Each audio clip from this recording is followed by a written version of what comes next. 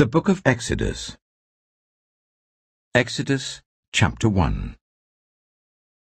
These are the names of the sons of Israel, who went to Egypt with Jacob, each with his family. Reuben, Simeon, Levi, and Judah. Issachar, Zebulun, and Benjamin. Dan and Naphtali, Gad and Asher. The descendants of Jacob numbered 70 in all. Joseph was already in Egypt. Now Joseph and all his brothers and all that generation died. But the Israelites were exceedingly fruitful. They multiplied greatly, increased in numbers, and became so numerous that the land was filled with them. Then a new king, to whom Joseph meant nothing, came to power in Egypt. "Look," he said to his people, "the Israelites have become far too numerous for us. Come, we must deal shrewdly with them, or they will become even more numerous, and, if war breaks out, will join our enemies, fight against us, and leave the country." So they put slave masters over them to oppress them with forced labor, and they built Pithom and Ramesses as store cities for Pharaoh.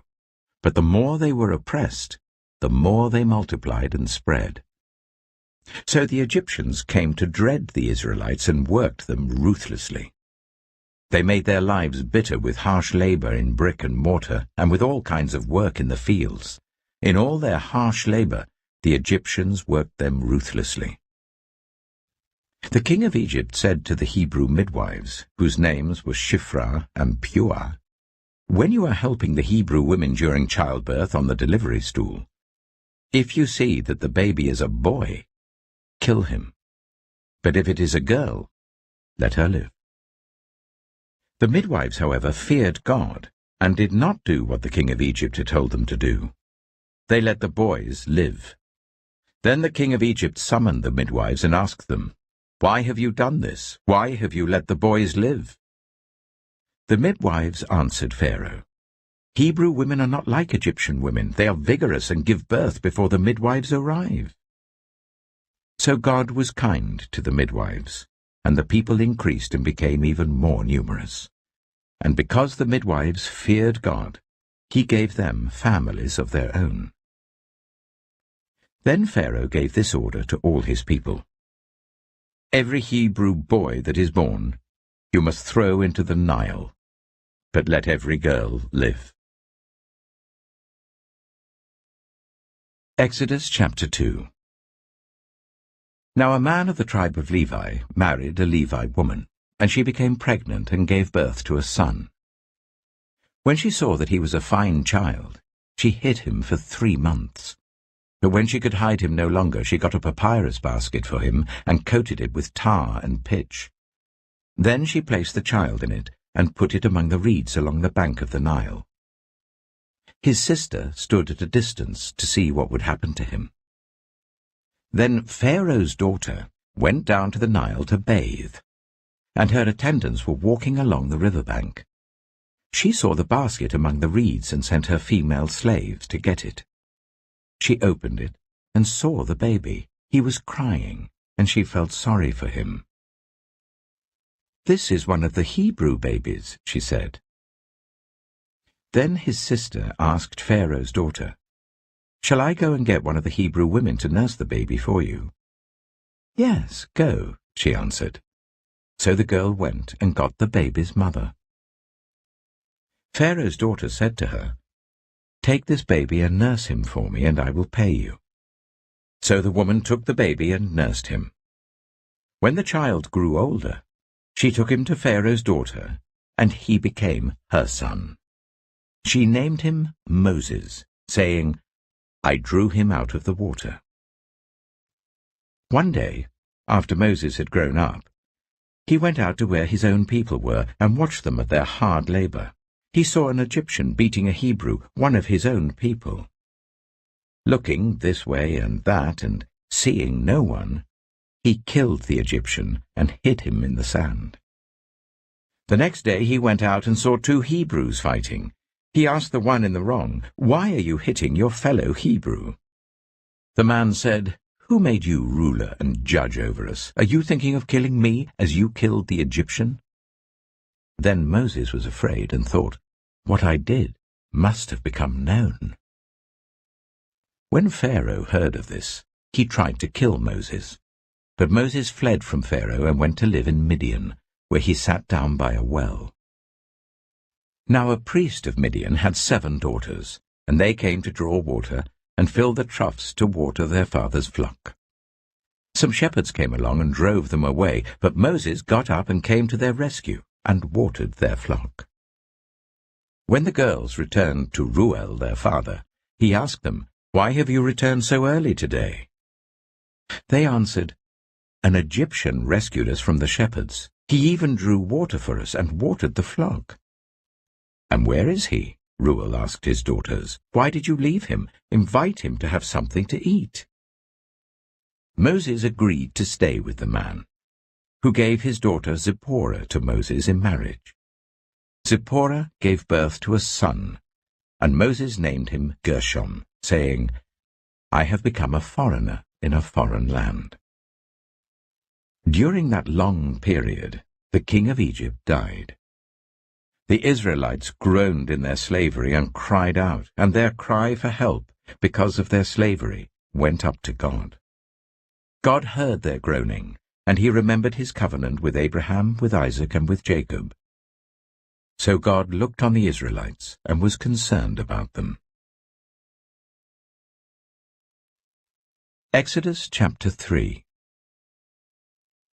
Now Moses was tending the flock of Jethro his father-in-law, the priest of Midian. And he led the flock to the far side of the wilderness and came to Horeb, the mountain of God. There the angel of the Lord appeared to him in flames of fire from within a bush. Moses saw that though the bush was on fire, it did not burn up. So Moses thought, "I will go over and see this strange sight, why the bush does not burn up." When the Lord saw that he had gone over to look, God called to him from within the bush, "Moses, Moses." And Moses said, "Here I am." "Do not come any closer," God said. "Take off your sandals, for the place where you are standing is holy ground." Then he said, "I am the God of your father, the God of Abraham, the God of Isaac, and the God of Jacob." At this, Moses hid his face, because he was afraid to look at God. The Lord said, "I have indeed seen the misery of my people in Egypt. I have heard them crying out because of their slave drivers, and I am concerned about their suffering. So I have come down to rescue them from the hand of the Egyptians, and to bring them up out of that land into a good and spacious land, a land flowing with milk and honey, the home of the Canaanites, Hittites, Amorites, Perizzites, Hivites, and Jebusites. And now the cry of the Israelites has reached me, and I have seen the way the Egyptians are oppressing them. So now, go. I am sending you to Pharaoh to bring my people, the Israelites, out of Egypt." But Moses said to God, "Who am I that I should go to Pharaoh and bring the Israelites out of Egypt?"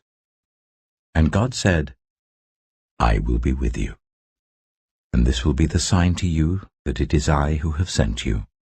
When you have brought the people out of Egypt, you will worship God on this mountain." Moses said to God, "Suppose I go to the Israelites and say to them, 'The God of your fathers has sent me to you,' and they ask me, 'What is his name?' Then what shall I tell them?" God said to Moses, "I am who I am. This is what you are to say to the Israelites. I am has sent me to you." God also said to Moses, "Say to the Israelites, 'The Lord, the God of your fathers, the God of Abraham, the God of Isaac, and the God of Jacob, has sent me to you. This is my name forever, the name you shall call me from generation to generation. Go, assemble the elders of Israel, and say to them, 'The Lord, the God of your fathers, the God of Abraham, Isaac, and Jacob, appeared to me and said, I have watched over you and have seen what has been done to you in Egypt. And I have promised to bring you up out of your misery in Egypt, into the land of the Canaanites, Hittites, Amorites, Perizzites, Hivites, and Jebusites, a land flowing with milk and honey. The elders of Israel will listen to you.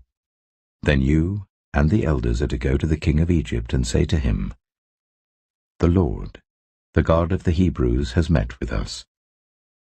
Let us take a 3-day journey into the wilderness to offer sacrifices to the Lord our God. But I know that the king of Egypt will not let you go, unless a mighty hand compels him. So I will stretch out my hand and strike the Egyptians with all the wonders that I will perform among them. After that, he will let you go. And I will make the Egyptians favorably disposed towards his people, so that when you leave you will not go empty-handed.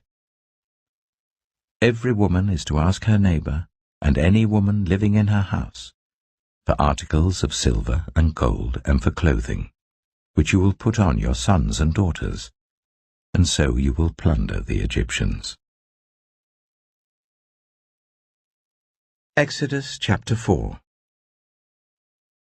Moses answered, What if they do not believe me or listen to me and say, The Lord did not appear to you? Then the Lord said to him, What is that in your hand? A staff, he replied. The Lord said, Throw it on the ground. Moses threw it on the ground, and it became a snake, and he ran from it. Then the Lord said to him, Reach out your hand and take it by the tail. So Moses reached out and took hold of the snake, and it turned back into a staff in his hand.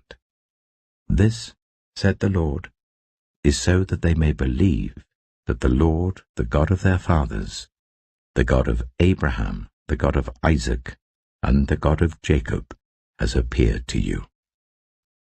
Then the Lord said, Put your hand inside your cloak.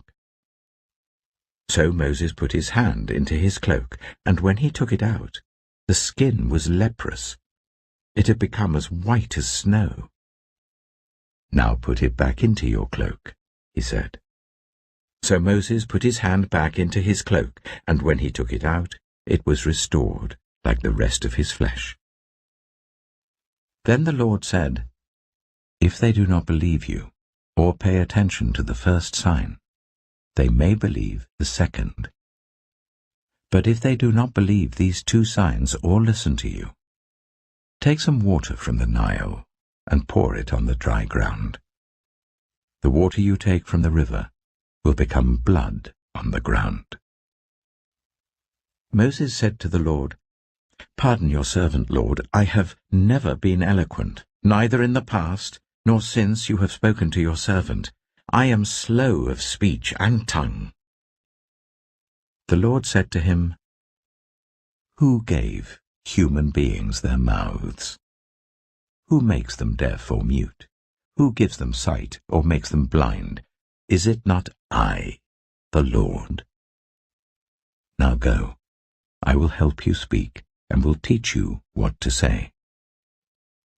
But Moses said, Pardon your servant, Lord. Please send someone else. Then the Lord's anger burned against Moses, and he said, What about your brother, Aaron the Levite? I know he can speak well. He is already on his way to meet you, and he will be glad to see you. You shall speak to him and put words in his mouth. I will help both of you speak, and will teach you what to do. He will speak to the people for you, and it will be as if he were your mouth, and as if you were God to him. But take this staff in your hand, so that you can perform the signs with it. Then Moses went back to Jethro, his father-in-law, and said to him, Let me return to my own people in Egypt, to see if any of them are still alive. Jethro said, Go, and I wish you well. Now the Lord had said to Moses in Midian, "Go back to Egypt, for all those who wanted to kill you are dead." So Moses took his wife and sons, put them on a donkey, and started back to Egypt. And he took the staff of God in his hand. The Lord said to Moses, "When you return to Egypt, see that you perform before Pharaoh all the wonders I have given you the power to do. But I will harden his heart, so that he will not let the people go. Then say to Pharaoh, 'This is what the Lord says. Israel is my firstborn son, and I told you, let my son go so that he may worship me. But you refused to let him go, so I will kill your firstborn son.'" At a lodging place on the way, the Lord met Moses and was about to kill him. But Zipporah took a flint knife, cut off her son's foreskin, and touched Moses' feet with it. "Surely you are a bridegroom of blood to me," she said. So the Lord let him alone. At that time she said bridegroom of blood, referring to circumcision. The Lord said to Aaron, "Go into the wilderness to meet Moses." So he met Moses at the mountain of God and kissed him. Then Moses told Aaron everything the Lord had sent him to say, and also about all the signs he had commanded him to perform. Moses and Aaron brought together all the elders of the Israelites, and Aaron told them everything the Lord had said to Moses.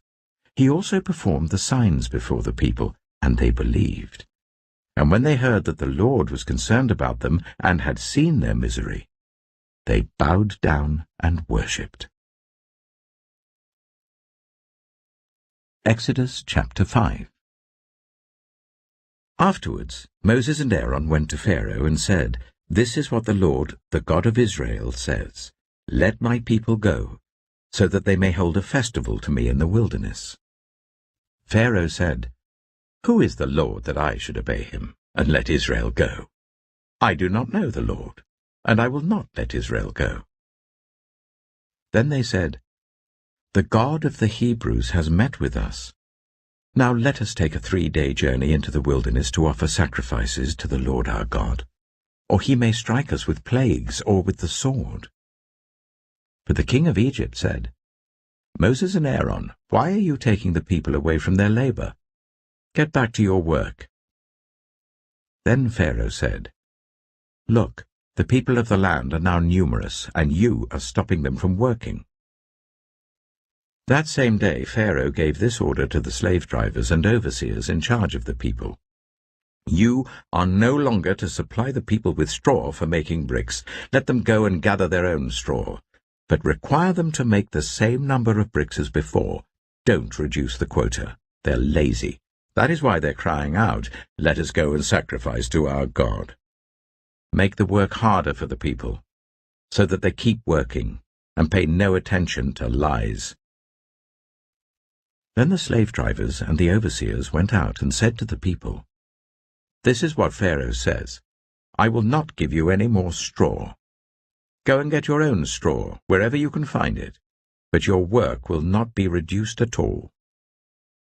So the people scattered all over Egypt to gather stubble to use for straw. The slave drivers kept pressing them, saying, "Complete the work required of you for each day, just as when you had straw." And Pharaoh's slave drivers beat the Israelite overseers they had appointed, demanding, "Why haven't you met your quota of bricks yesterday or today, as before?"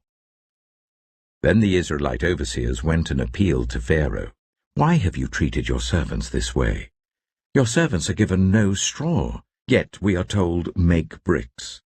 Your servants are being beaten, but the fault is with your own people." Pharaoh said, "Lazy. That's what you are. Lazy. That is why you keep saying, 'Let us go and sacrifice to the Lord.' Now get to work. You will not be given any straw, yet you must produce your full quota of bricks." The Israelite overseers realized they were in trouble when they were told, "You are not to reduce the number of bricks required of you for each day." When they left Pharaoh, they found Moses and Aaron waiting to meet them, and they said, May the Lord look on you and judge you. You have made us obnoxious to Pharaoh and his officials, and have put a sword in their hand to kill us." Moses returned to the Lord and said, "Why, Lord? Why have you brought trouble on this people? Is this why you sent me? Ever since I went to Pharaoh to speak in your name, he has brought trouble on this people, and you have not rescued your people at all." Exodus chapter 6.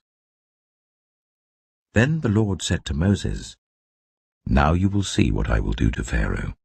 Because of my mighty hand, he will let them go. Because of my mighty hand, he will drive them out of his country." God also said to Moses, "I am the Lord. I appeared to Abraham, to Isaac, and to Jacob as God Almighty, but by my name, the Lord, I did not make myself known to them. I also established my covenant with them to give them the land of Canaan, where they resided as foreigners. Moreover, I have heard the groaning of the Israelites, whom the Egyptians are enslaving, and I have remembered my covenant.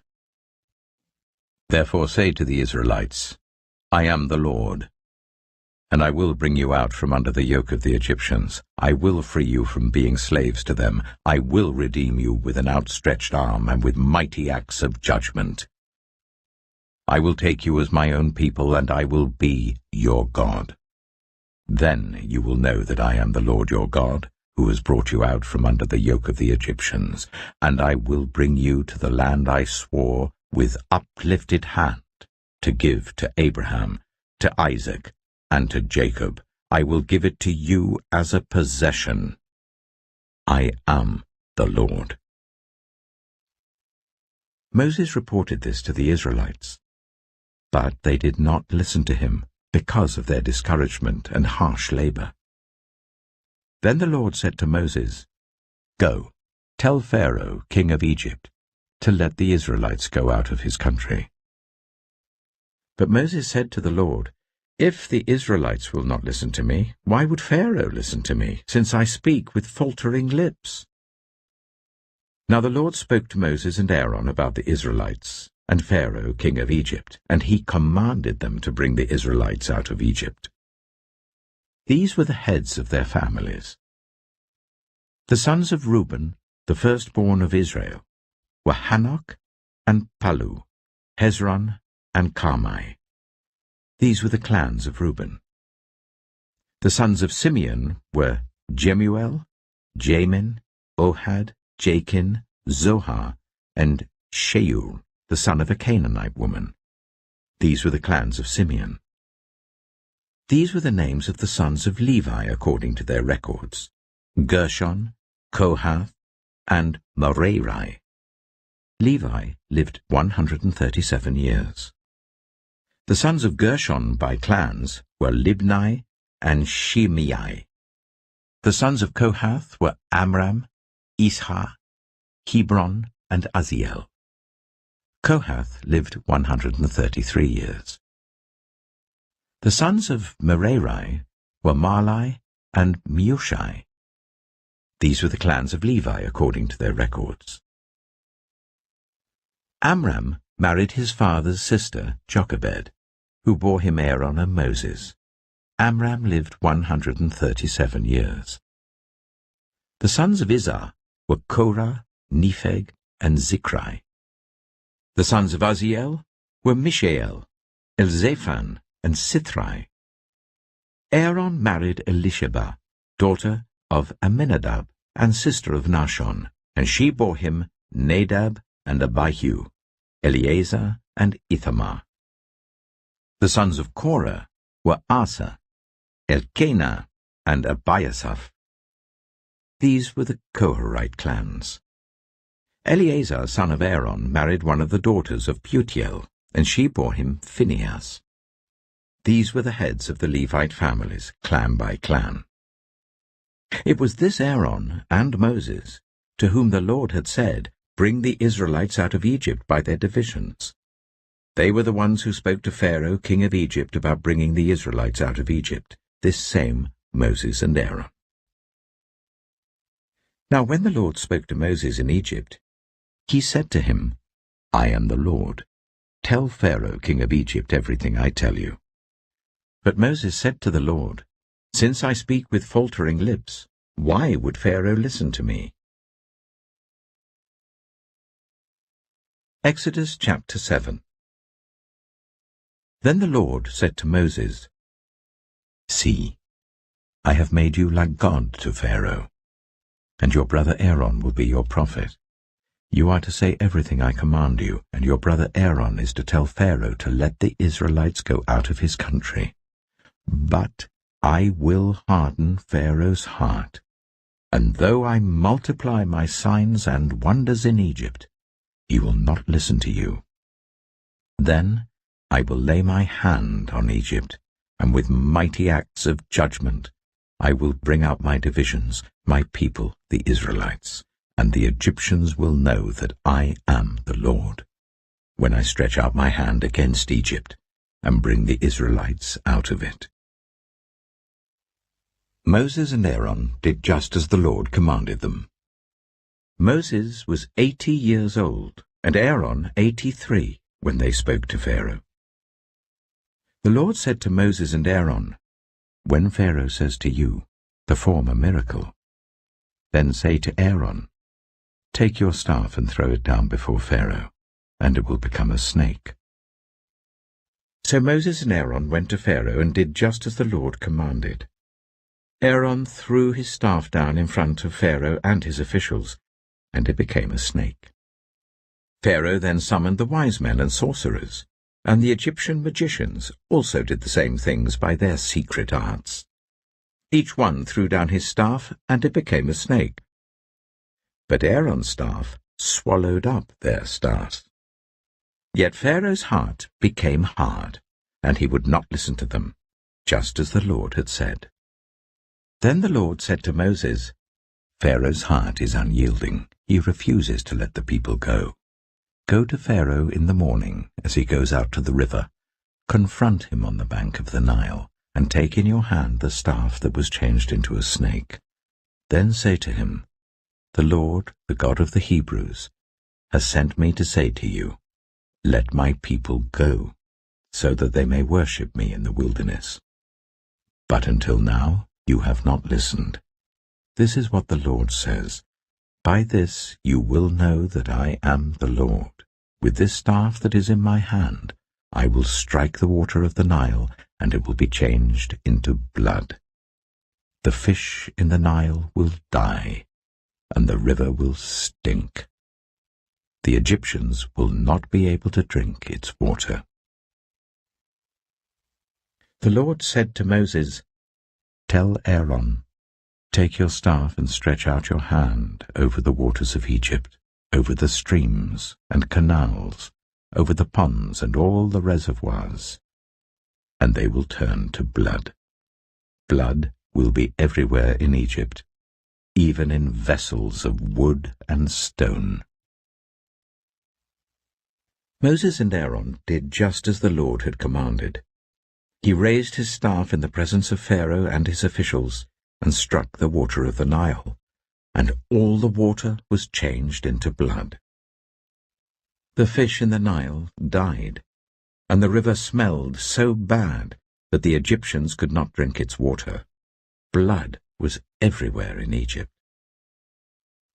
But the Egyptian magicians did the same things by their secret arts, and Pharaoh's heart became hard. He would not listen to Moses and Aaron, just as the Lord had said. Instead, he turned and went into his palace, and did not take even this to heart. And all the Egyptians dug along the Nile to get drinking water, because they could not drink the water of the river. 7 days passed after the Lord struck the Nile. Exodus chapter 8. Then the Lord said to Moses, Go to Pharaoh and say to him, This is what the Lord says, Let my people go, so that they may worship me. If you refuse to let them go, I will send a plague of frogs on your whole country. The Nile will teem with frogs. They will come up into your palace and your bedroom, and onto your bed, into the houses of your officials and on your people, and into your ovens and kneading troughs. The frogs will come up on you and your people and all your officials. Then the Lord said to Moses, "Tell Aaron, stretch out your hand with your staff over the streams and canals and ponds, and make frogs come up on the land of Egypt." So Aaron stretched out his hand over the waters of Egypt, and the frogs came up and covered the land. But the magicians did the same things by their secret arts. They also made frogs come up on the land of Egypt. Pharaoh summoned Moses and Aaron and said, "Pray to the Lord to take the frogs away from me and my people, and I will let your people go to offer sacrifices to the Lord." Moses said to Pharaoh, "I leave to you the honor of setting the time for me to pray for you, and your officials and your people, that you and your houses may be rid of the frogs, except for those that remain in the Nile." "Tomorrow," Pharaoh said. Moses replied, "It will be as you say, so that you may know there is no one like the Lord our God. The frogs will leave you and your houses, your officials and your people. They will remain only in the Nile." After Moses and Aaron left Pharaoh, Moses cried out to the Lord about the frogs he had brought on Pharaoh, and the Lord did what Moses asked. The frogs died in the houses, in the courtyards, and in the fields. They were piled into heaps, and the land reeked of them. But when Pharaoh saw that there was relief, he hardened his heart and would not listen to Moses and Aaron, just as the Lord had said. Then the Lord said to Moses, "Tell Aaron, stretch out your staff and strike the dust of the ground, and throughout the land of Egypt the dust will become gnats." They did this, and when Aaron stretched out his hand with the staff and struck the dust of the ground, gnats came on people and animals. All the dust throughout the land of Egypt became gnats. But when the magicians tried to produce gnats by their secret arts, they could not. Since the gnats were on people and animals everywhere, the magicians said to Pharaoh, "This is the finger of God." But Pharaoh's heart was hard, and he would not listen, just as the Lord had said. Then the Lord said to Moses, "Get up early in the morning and confront Pharaoh as he goes to the river, and say to him, 'This is what the Lord says, let my people go, so that they may worship me. If you do not let my people go, I will send swarms of flies on you and your officials, on your people and into your houses.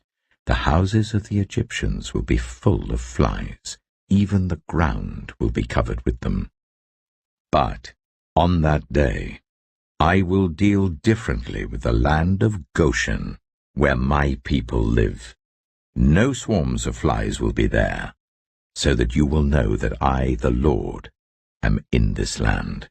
I will make a distinction between my people and your people. This sign will occur tomorrow." And the Lord did this. Dense swarms of flies poured into Pharaoh's palace and into the houses of his officials. Throughout Egypt the land was ruined by the flies. Then Pharaoh summoned Moses and Aaron and said, "Go, sacrifice to your God here in the land." But Moses said, "That would not be right. The sacrifices we offer the Lord our God would be detestable to the Egyptians, and if we offer sacrifices that are detestable in their eyes, will they not stone us? We must take a 3-day journey into the wilderness to offer sacrifices to the Lord our God, as he commands us." Pharaoh said, "I will let you go to offer sacrifices to the Lord your God in the wilderness, but you must not go very far. Now pray for me." Moses answered, "As soon as I leave you, I will pray to the Lord, and tomorrow the flies will leave Pharaoh and his officials and his people. Only let Pharaoh be sure that he does not act deceitfully again, by not letting the people go to offer sacrifices to the Lord. Then Moses left Pharaoh and prayed to the Lord, and the Lord did what Moses asked. The flies left Pharaoh and his officials and his people. Not a fly remained. But this time also Pharaoh hardened his heart and would not let the people go. Exodus chapter 9. Then the Lord said to Moses, "Go to Pharaoh and say to him, 'This is what the Lord, the God of the Hebrews, says. Let my people go, so that they may worship me. If you refuse to let them go and continue to hold them back, the hand of the Lord will bring a terrible plague on your livestock in the field, on your horses, donkeys, and camels, and on your cattle, sheep, and goats. But the Lord will make a distinction between the livestock of Israel and that of Egypt, so that no animal belonging to the Israelites will die.'" The Lord set a time and said, "Tomorrow the Lord will do this in the land." And the next day the Lord did it. All the livestock of the Egyptians died, but not one animal belonging to the Israelites died. Pharaoh investigated and found that not even one of the animals of the Israelites had died. Yet his heart was unyielding, and he would not let the people go. Then the Lord said to Moses and Aaron, "Take handfuls of soot from a furnace, and let Moses toss it into the air in the presence of Pharaoh. It will become fine dust over the whole land of Egypt, and festering boils will break out on people and animals throughout the land." So they took soot from a furnace and stood before Pharaoh. Moses tossed it into the air, and festering boils broke out on people and animals. The magicians could not stand before Moses because of the boils that were on them and on all the Egyptians. But the Lord hardened Pharaoh's heart, and he would not listen to Moses and Aaron, just as the Lord had said to Moses. Then the Lord said to Moses, "Get up early in the morning, confront Pharaoh, and say to him, 'This is what the Lord, the God of the Hebrews, says. Let my people go, so that they may worship me. For this time I will send the full force of my plagues against you and against your officials and your people, so you may know that there is no one like me in all the earth. For by now I could have stretched out my hand and struck you and your people with a plague that would have wiped you off the earth.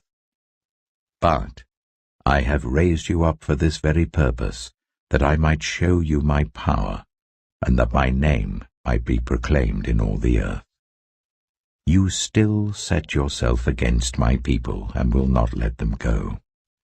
Therefore at this time tomorrow I will send the worst hailstorm that has ever fallen on Egypt, from the day it was founded till now.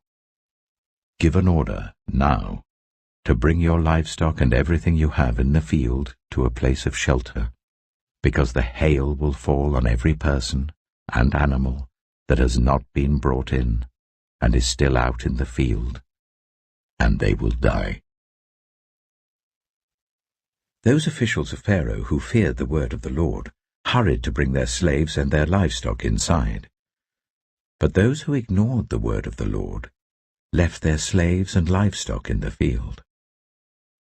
Then the Lord said to Moses, "Stretch out your hand towards the sky so that hail will fall all over Egypt, on people and animals and on everything growing in the fields of Egypt."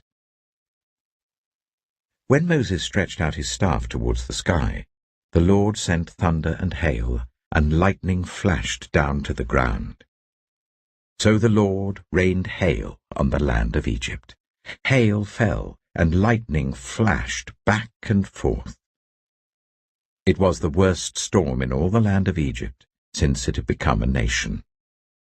Throughout Egypt, hail struck everything in the fields, both people and animals. It beat down everything growing in the fields and stripped every tree. The only place it did not hail was the land of Goshen, where the Israelites were. Then Pharaoh summoned Moses and Aaron. "This time I have sinned," he said to them.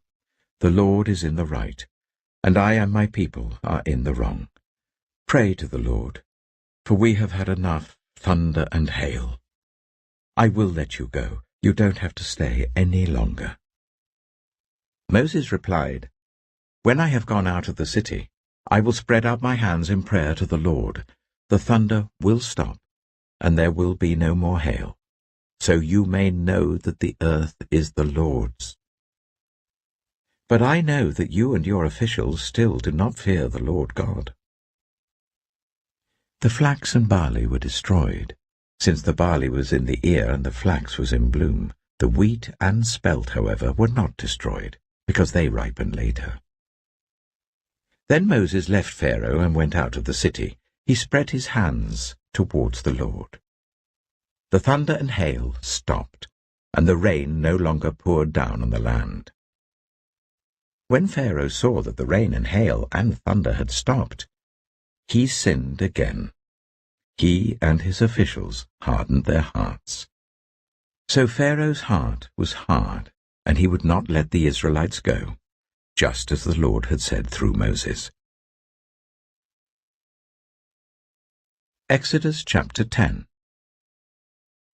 Then the Lord said to Moses, "Go to Pharaoh, for I have hardened his heart and the hearts of his officials, so that I may perform these signs of mine among them, that you may tell your children and grandchildren how I dealt harshly with the Egyptians, and how I performed my signs among them, and that you may know that I am the Lord."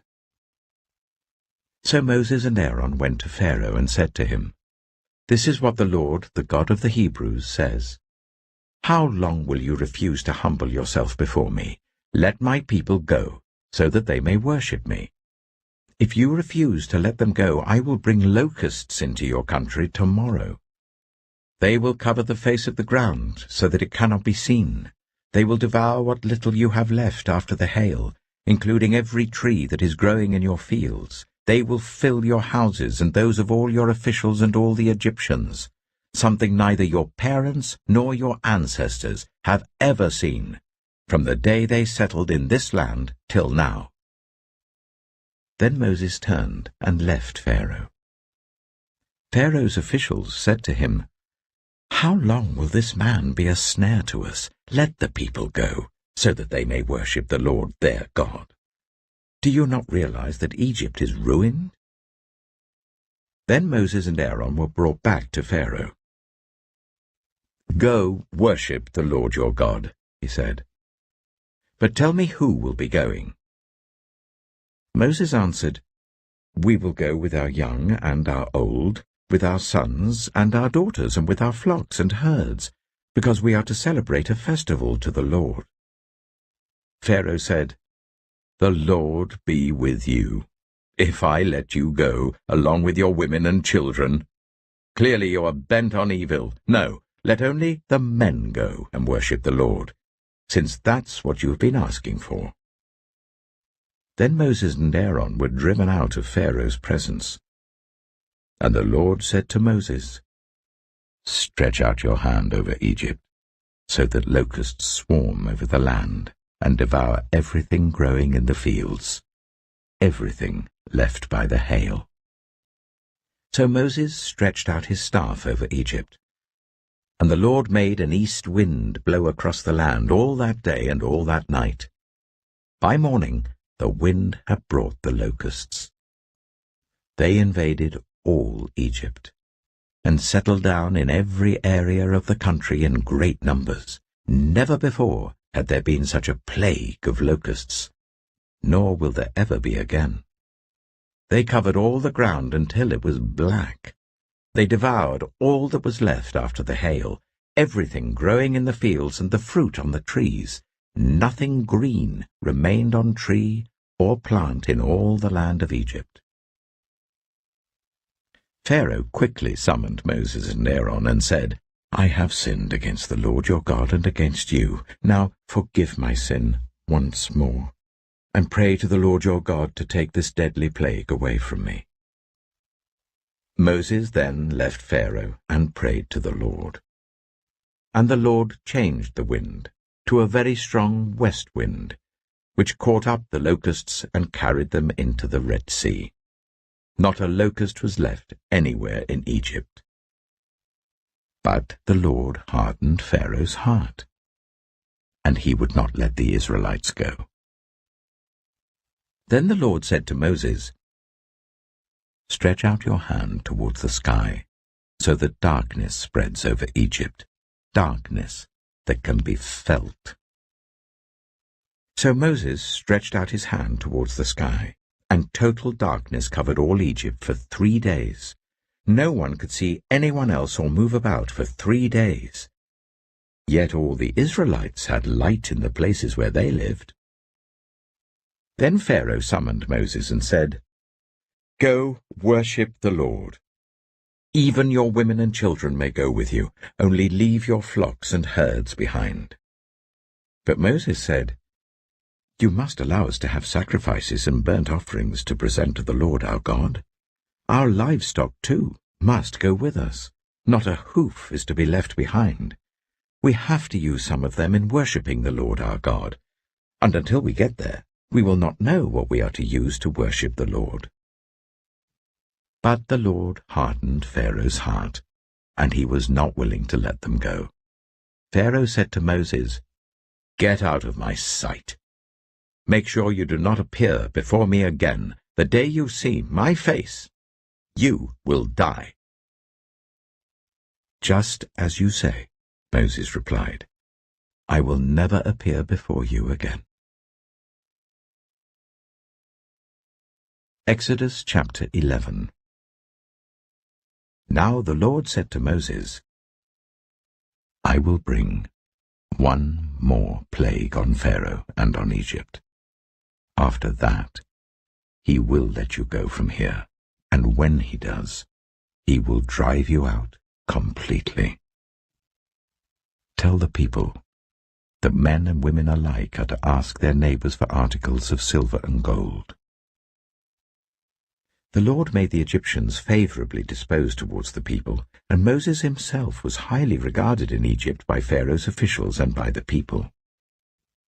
So Moses said, "This is what the Lord says, about midnight I will go throughout Egypt.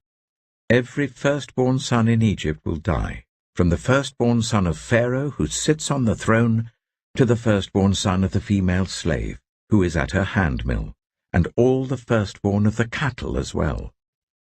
There will be loud wailing throughout Egypt, worse than there has ever been or ever will be again. But among the Israelites not a dog will bark at any person or animal. Then you will know that the Lord makes a distinction between Egypt and Israel. All these officials of yours will come to me, bowing down before me, and saying, 'Go, you and all the people who follow you.' After that, I will leave." Then Moses, hot with anger, left Pharaoh. The Lord had said to Moses, "Pharaoh will refuse to listen to you, so that my wonders may be multiplied in Egypt." Moses and Aaron performed all these wonders before Pharaoh, but the Lord hardened Pharaoh's heart, and he would not let the Israelites go out of his country. Exodus chapter 12. The Lord said to Moses and Aaron in Egypt, "This month is to be for you the first month of your year. Tell the whole community of Israel that on the 10th day of this month each man is to take a lamb for his family, one for each household. If any household is too small for a whole lamb, they must share one with their nearest neighbor, having taken into account the number of people there are. You are to determine the amount of lamb needed in accordance with what each person will eat. The animals you choose must be year-old males, without defect, and you may take them from the sheep or the goats. Take care of them until the 14th day of the month, when all the members of the community of Israel must slaughter them at twilight. Then they are to take some of the blood and put it on the sides and tops of the door frames of the houses where they eat the lambs.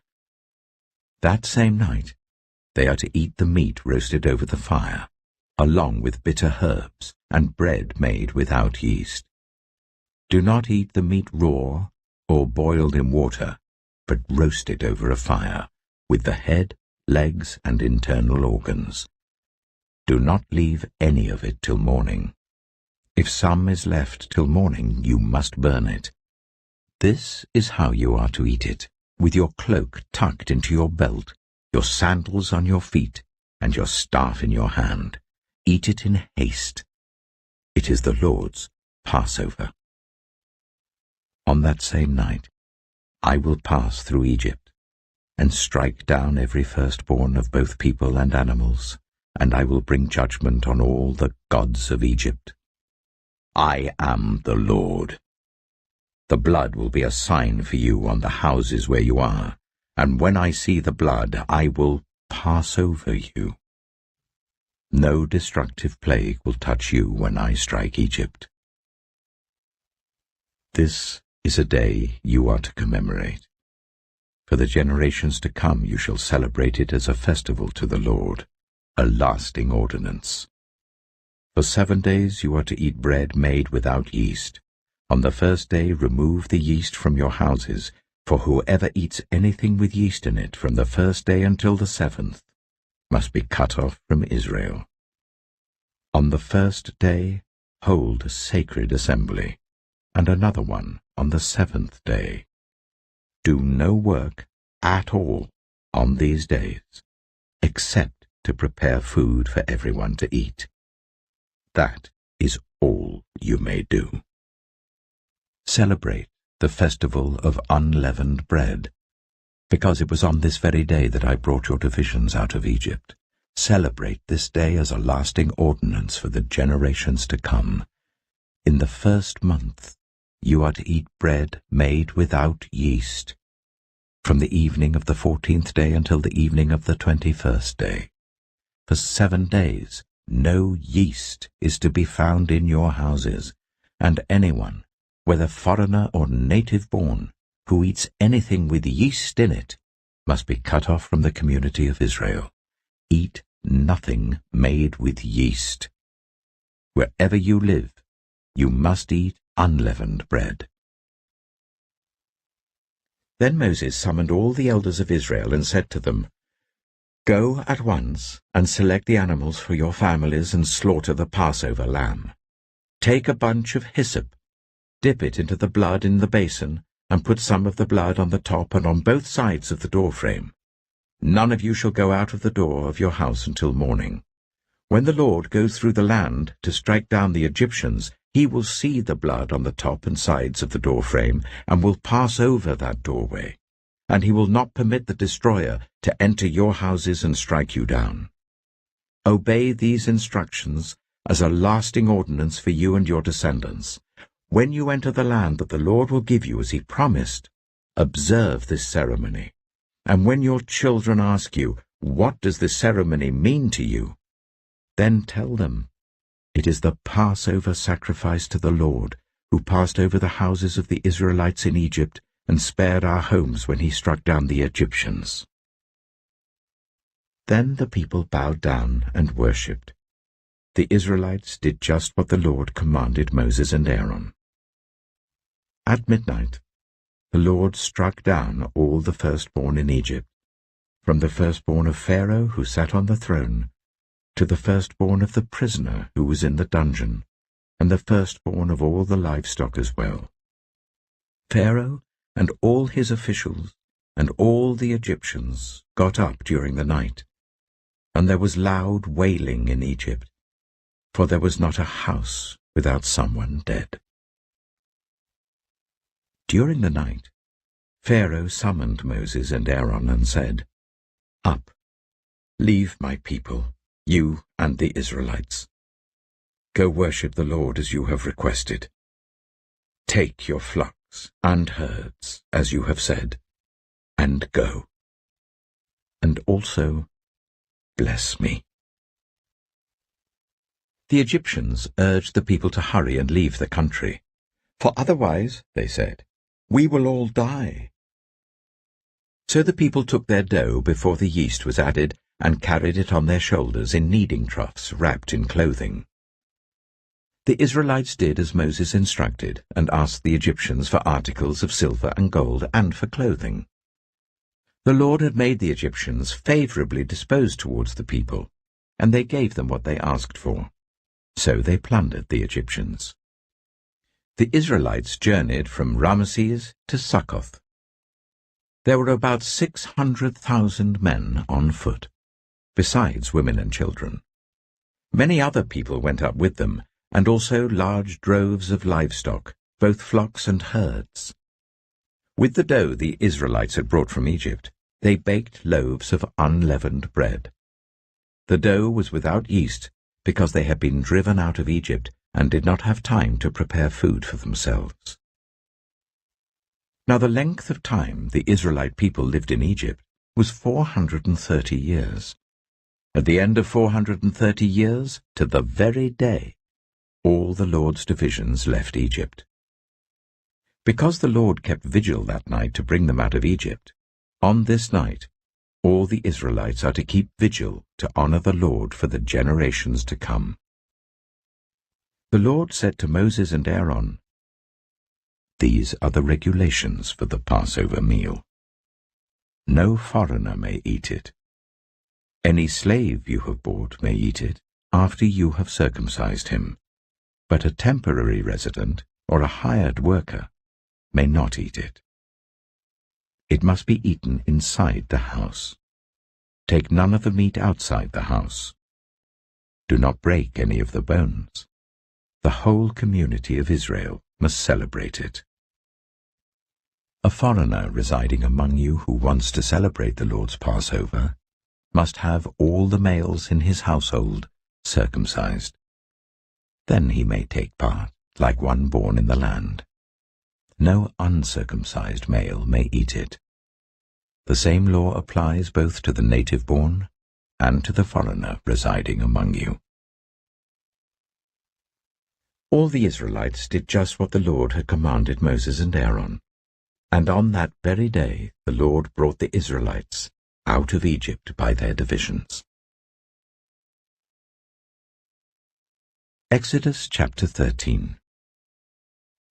The Lord said to Moses, "Consecrate to me every firstborn male. The first offspring of every womb among the Israelites belongs to me, whether human or animal." Then Moses said to the people, "Commemorate this day, the day you came out of Egypt, out of the land of slavery, because the Lord brought you out of it with a mighty hand. Eat nothing containing yeast. Today, in the month of Aviv, you are leaving. When the Lord brings you into the land of the Canaanites, Hittites, Amorites, Hivites, and Jebusites, the land he swore to your ancestors to give you, a land flowing with milk and honey, you are to observe this ceremony in this month. For 7 days eat bread made without yeast, and on the 7th day hold a festival to the Lord. Eat unleavened bread during those 7 days. Nothing with yeast in it is to be seen among you, nor shall any yeast be seen anywhere within your borders. On that day tell your son, I do this because of what the Lord did for me when I came out of Egypt.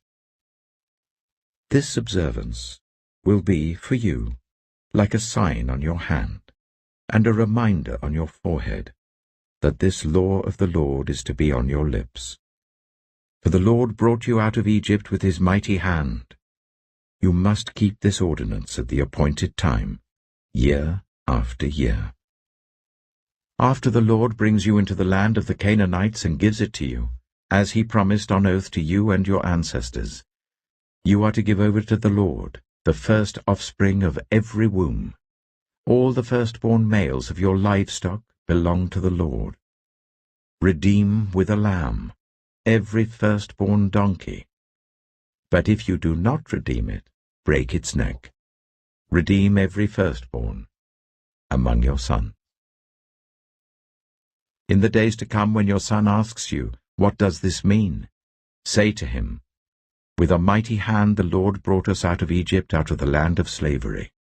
When Pharaoh stubbornly refused to let us go, the Lord killed the firstborn of both people and animals in Egypt. This is why I sacrifice to the Lord the first male offspring of every womb, and redeem each of my firstborn sons. And it will be like a sign on your hand, and a symbol on your forehead, that the Lord brought us out of Egypt with his mighty hand.'" When Pharaoh let the people go, God did not lead them on the road through the Philistine country, though that was shorter. For God said, if they face war, they might change their minds and return to Egypt. So God led the people around by the desert road towards the Red Sea. The Israelites went up out of Egypt ready for battle. Moses took the bones of Joseph with him, because Joseph had made the Israelites swear an oath. He had said, "God will surely come to your aid, and then you must carry my bones up with you from this place." After leaving Succoth, they camped at Etham on the edge of the desert. By day the Lord went ahead of them in a pillar of cloud to guide them on their way, and by night in a pillar of fire to give them light, so that they could travel by day or night. Neither the pillar of cloud by day nor the pillar of fire by night left its place in front of the people. Exodus chapter 14.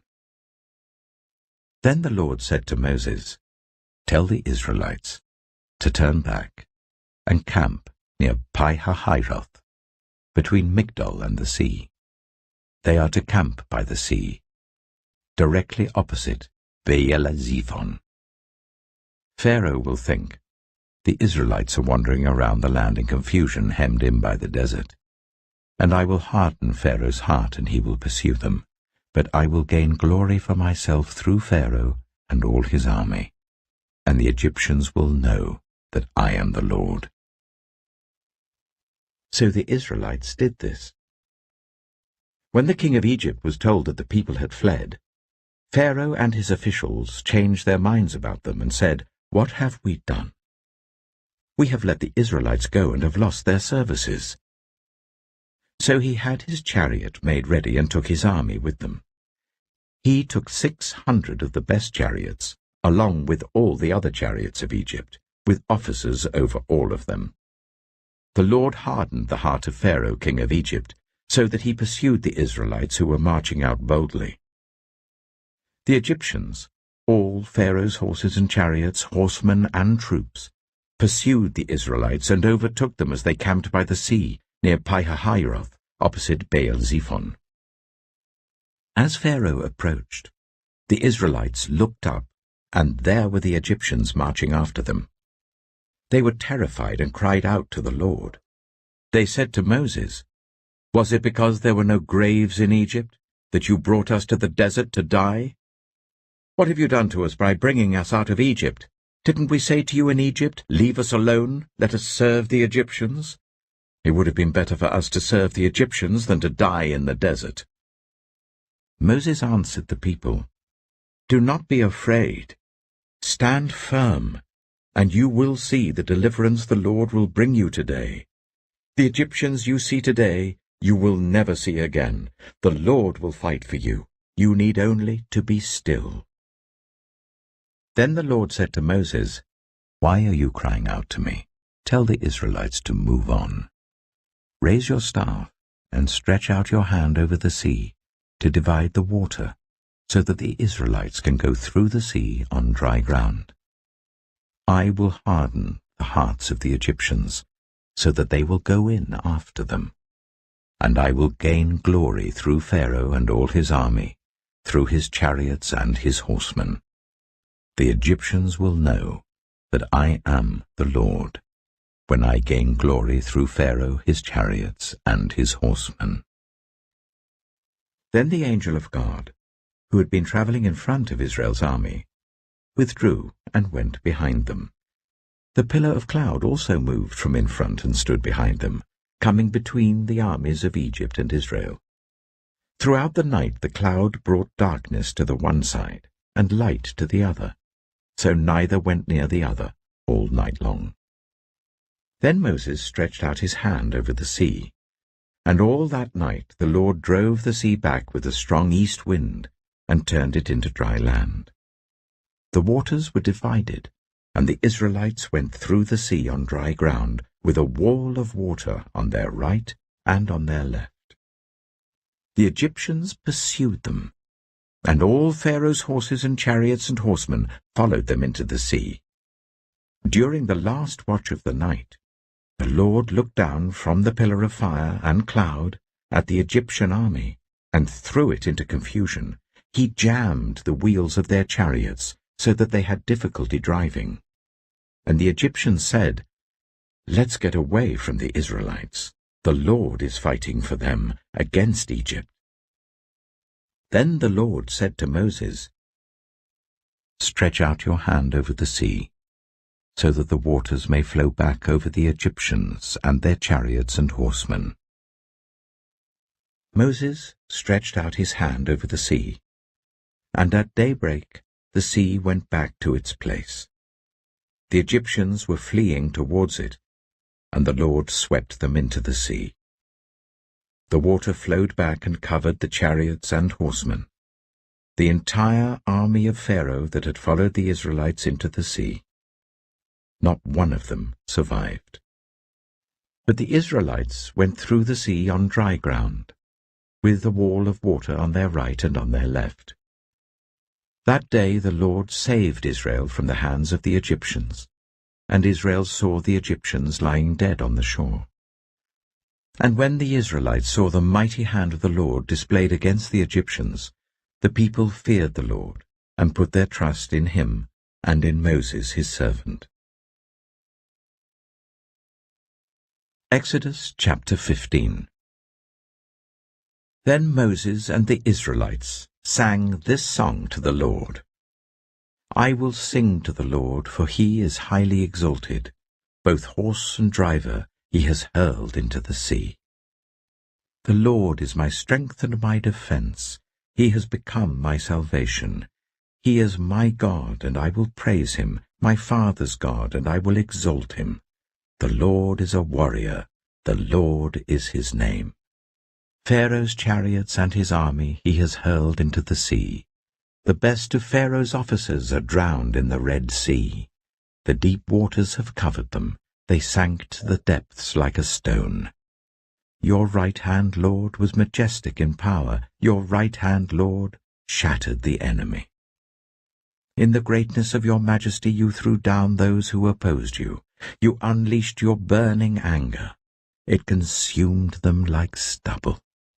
By the blast of your nostrils the waters piled up. The surging waters stood up like a wall. The deep waters congealed in the heart of the sea. The enemy boasted, "I will pursue, I will overtake them, I will divide the spoils, I will gorge myself on them, I will draw my sword, and my hand will destroy them." But you blew with your breath, and the sea covered them. They sank like lead in the mighty waters. Who among the gods is like you, Lord? Who is like you, majestic in holiness, awesome in glory, working wonders? You stretch out your right hand, and the earth swallows your enemies. In your unfailing love you will lead the people you have redeemed. In your strength you will guide them to your holy dwelling. The nations will hear and tremble. Anguish will grip the people of Philistia. The chiefs of Edom will be terrified. The leaders of Moab will be seized with trembling. The people of Canaan will melt away. Terror and dread will fall on them. By the power of your arm, they will be as still as a stone. Until your people pass by, Lord, until the people you bought pass by. You will bring them in and plant them on the mountain of your inheritance, the place, Lord, you made for your dwelling, the sanctuary, Lord, your hands established. The Lord reigns forever and ever. When Pharaoh's horses, chariots, and horsemen went into the sea, the Lord brought the waters of the sea back over them, but the Israelites walked through the sea on dry ground. Then Miriam, the prophet, Aaron's sister, took a tambourine in her hand, and all the women followed her with tambourines and dancing. Miriam sang to them, "Sing to the Lord, for he is highly exalted. Both horse and driver he has hurled into the sea." Then Moses led Israel from the Red Sea, and they went into the desert of Shur. For 3 days they travelled in the desert without finding water. When they came to Marah, they could not drink its water because it was bitter. That is why the place is called Marah. So the people grumbled against Moses, saying, "What are we to drink?" Then Moses cried out to the Lord, and the Lord showed him a piece of wood. He threw it into the water, and the water became fit to drink. There the Lord issued a ruling and instruction for them and put them to the test. He said, "If you listen carefully to the Lord your God and do what is right in his eyes, if you pay attention to his commands and keep all his decrees, I will not bring on you any of the diseases I brought on the Egyptians, for I am the Lord who heals you." Then they came to Elim, where there were 12 springs and 70 palm trees, and they camped there near the water. Exodus chapter 16. The whole Israelite community set out from Elim and came to the desert of Sin, which is between Elim and Sinai, on the 15th day of the 2nd month after they had come out of Egypt. In the desert, the whole community grumbled against Moses and Aaron. The Israelites said to them, "If only we had died by the Lord's hand in Egypt. There we sat round pots of meat and ate all the food we wanted, but you have brought us out into this desert to starve this entire assembly to death." Then the Lord said to Moses, "I will rain down bread from heaven for you. The people are to go out each day and gather enough for that day. In this way I will test them and see whether they will follow my instructions. On the 6th day they are to prepare what they bring in, and that is to be twice as much as they gather on the other days." So Moses and Aaron said to all the Israelites, "In the evening you will know that it was the Lord who brought you out of Egypt. And in the morning you will see the glory of the Lord, because he has heard your grumbling against him. Who are we that you should grumble against us?" Moses also said, "You will know that it was the Lord when he gives you meat to eat in the evening, and all the bread you want in the morning, because he has heard your grumbling against him. Who are we? You are not grumbling against us, but against the Lord."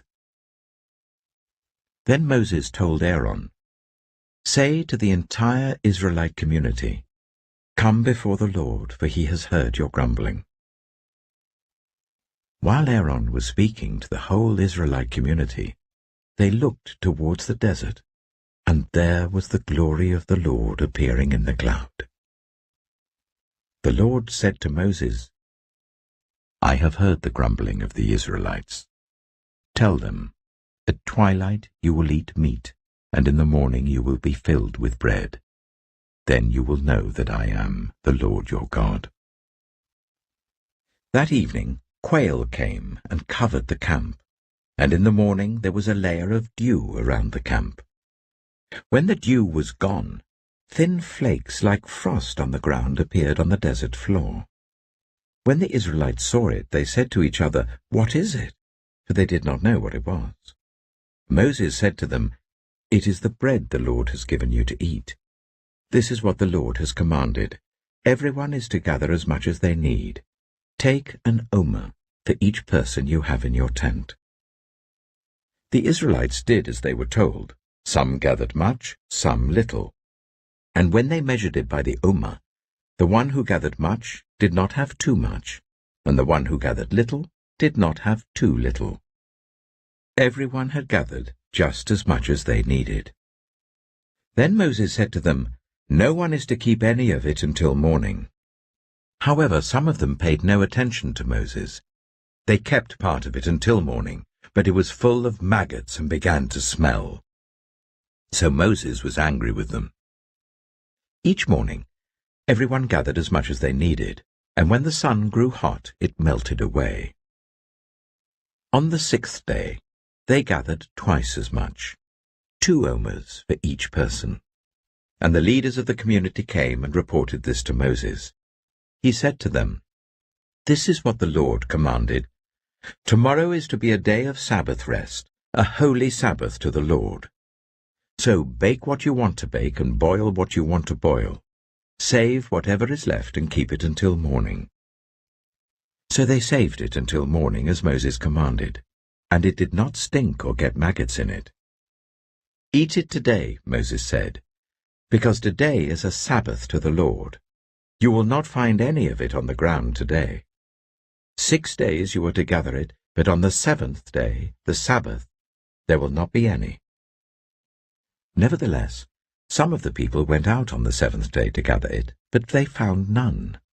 Then the Lord said to Moses, "How long will you refuse to keep my commands and my instructions?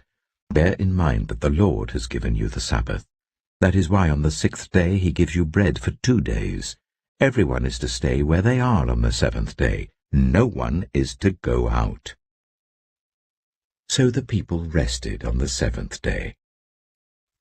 The people of Israel called the bread manna. It was white like coriander seed, and tasted like wafers made with honey. Moses said, "This is what the Lord has commanded. Take an omer of manna, and keep it for the generations to come, so that they can see the bread I gave you to eat in the wilderness when I brought you out of Egypt."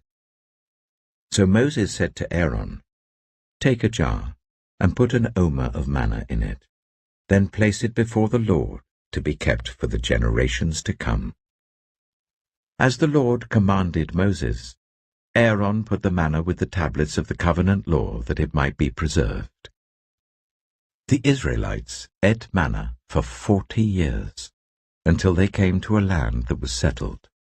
They ate manna until they reached the border of Canaan. An omer is 1/10 of an ephah.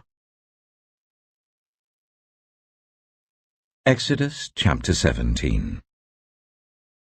The whole Israelite community set out from the desert of Sin, traveling from place to place as the Lord commanded.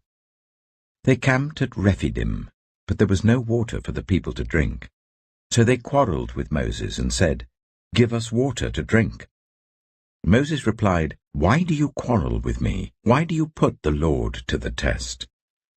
But the people were thirsty for water there, and they grumbled against Moses. They said, "Why did you bring us up out of Egypt to make us and our children and our livestock die of thirst?" Then Moses cried out to the Lord, "What am I to do with these people? They are almost ready to stone me." The Lord answered Moses, "Go out in front of the people. Take with you some of the elders of Israel, and take in your hand the staff with which you struck the Nile, and go. I will stand there before you by the rock at Horeb. Strike the rock, and water will come out of it for the people to drink." So Moses did this in the sight of the elders of Israel. And he called the place Massah and Meribah, because the Israelites quarreled, and because they tested the Lord, saying, "Is the Lord among us or not?" The Amalekites came and attacked the Israelites at Rephidim. Moses said to Joshua, "Choose some of our men and go out to fight the Amalekites. Tomorrow I will stand on top of the hill with the staff of God in my hands." So Joshua fought the Amalekites as Moses had ordered, and Moses, Aaron, and Hur went to the top of the hill. As long as Moses held up his hands, the Israelites were winning, but whenever he lowered his hands, the Amalekites were winning. When Moses' hands grew tired, they took a stone and put it under him, and he sat on it. Aaron and Hur held his hands up, one on one side, one on the other, so that his hands remained steady till sunset. So Joshua overcame the Amalekite army with the sword.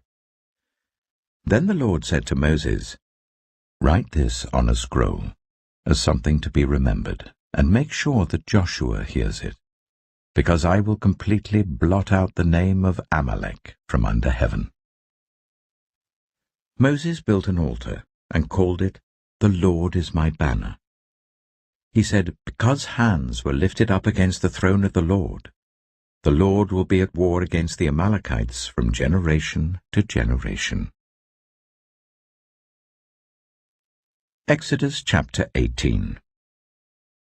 Now Jethro, the priest of Midian and father-in-law of Moses, heard of everything God had done for Moses and for his people Israel, and how the Lord had brought Israel out of Egypt. After Moses had sent away his wife Zipporah, his father-in-law Jethro received her and her 2 sons. One son was named Gershom, for Moses said, "I have become a foreigner in a foreign land." And the other was named Eleazar, for he said, "My father's God was my helper. He saved me from the sword of Pharaoh."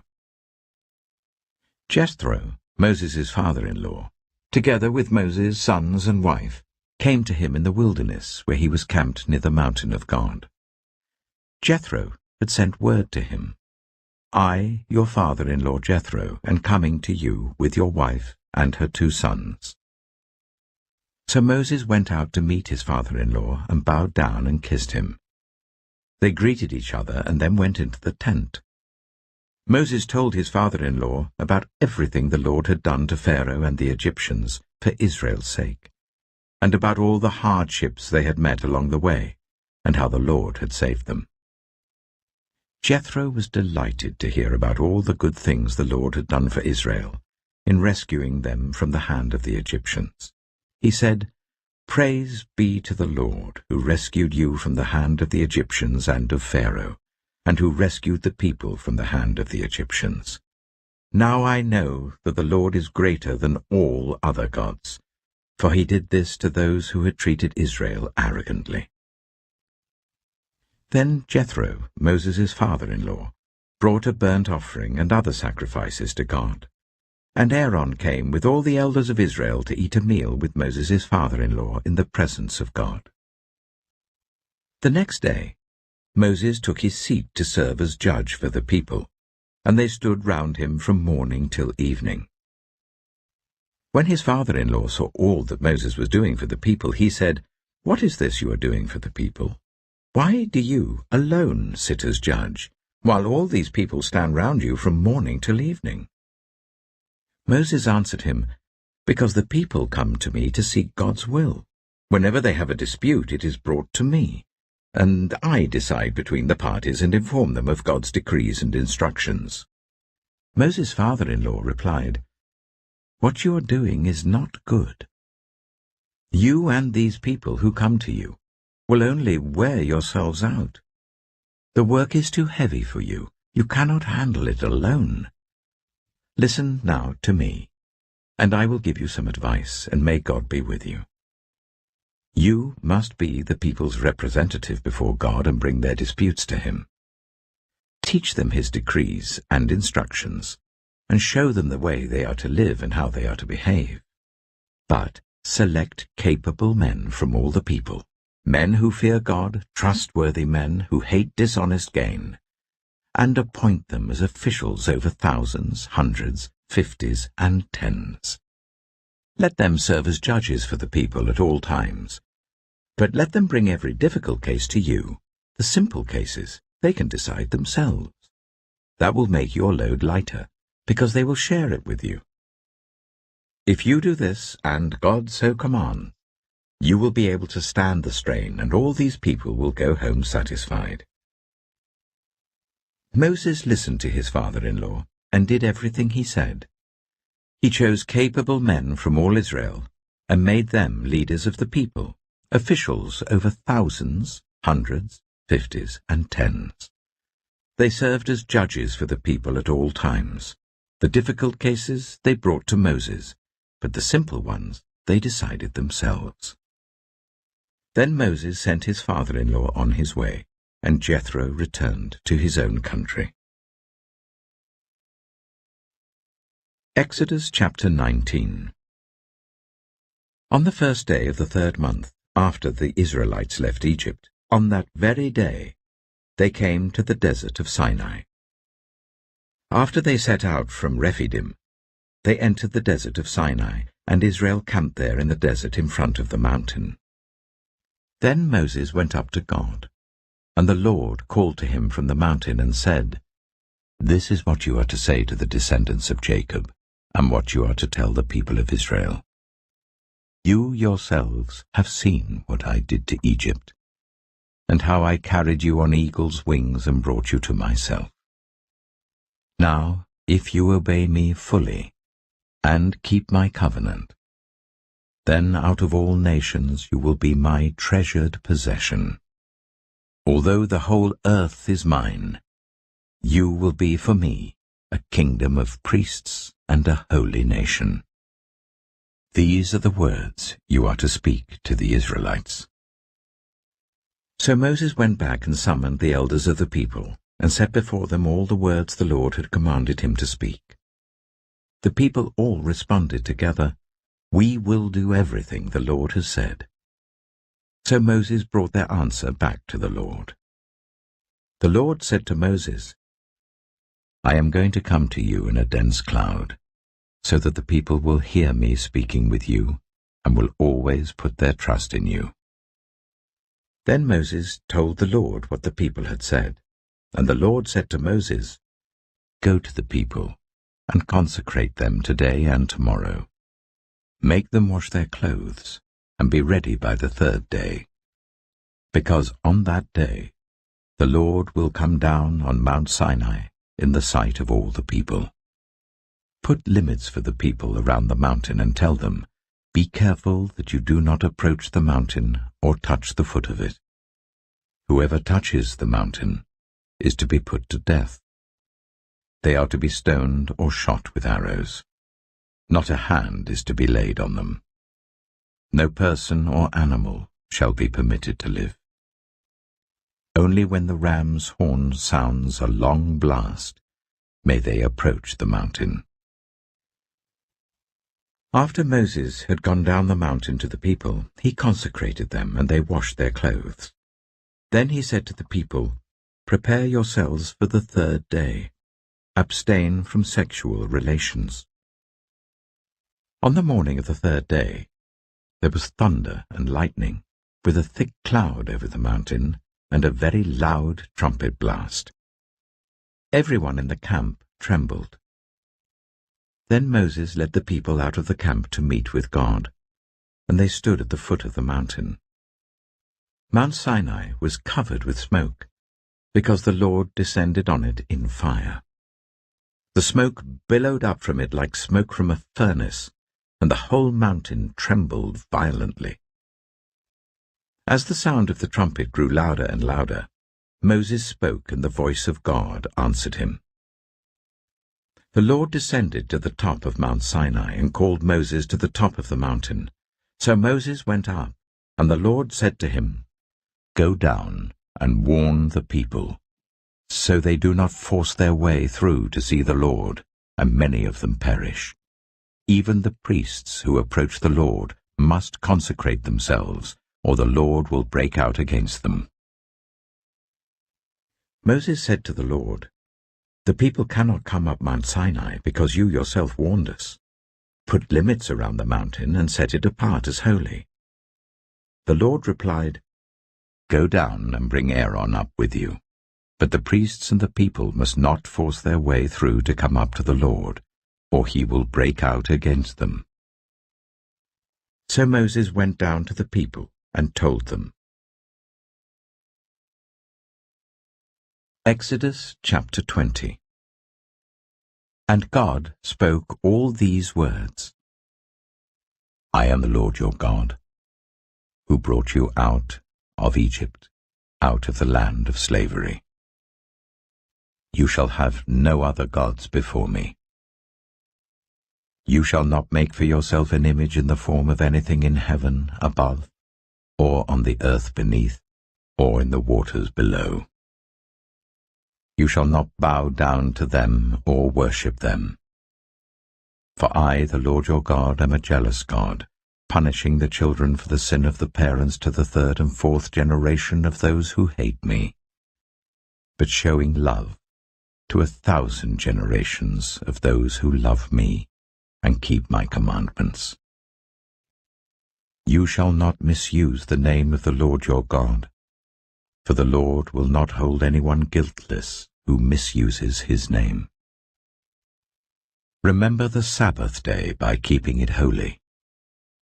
6 days you shall labor and do all your work, but the seventh day is a Sabbath to the Lord your God. On it you shall not do any work, neither you, nor your son or daughter, nor your male or female servant, nor your animals, nor any foreigner residing in your towns. For in 6 days the Lord made the heavens and the earth, the sea, and all that is in them, but he rested on the seventh day. Therefore the Lord blessed the Sabbath day and made it holy. Honor your father and your mother, so that you may live long in the land the Lord your God is giving you. You shall not murder. You shall not commit adultery. You shall not steal. You shall not give false testimony against your neighbor. You shall not covet your neighbor's house. You shall not covet your neighbor's wife, or his male or female servant, his ox or donkey, or anything that belongs to your neighbor.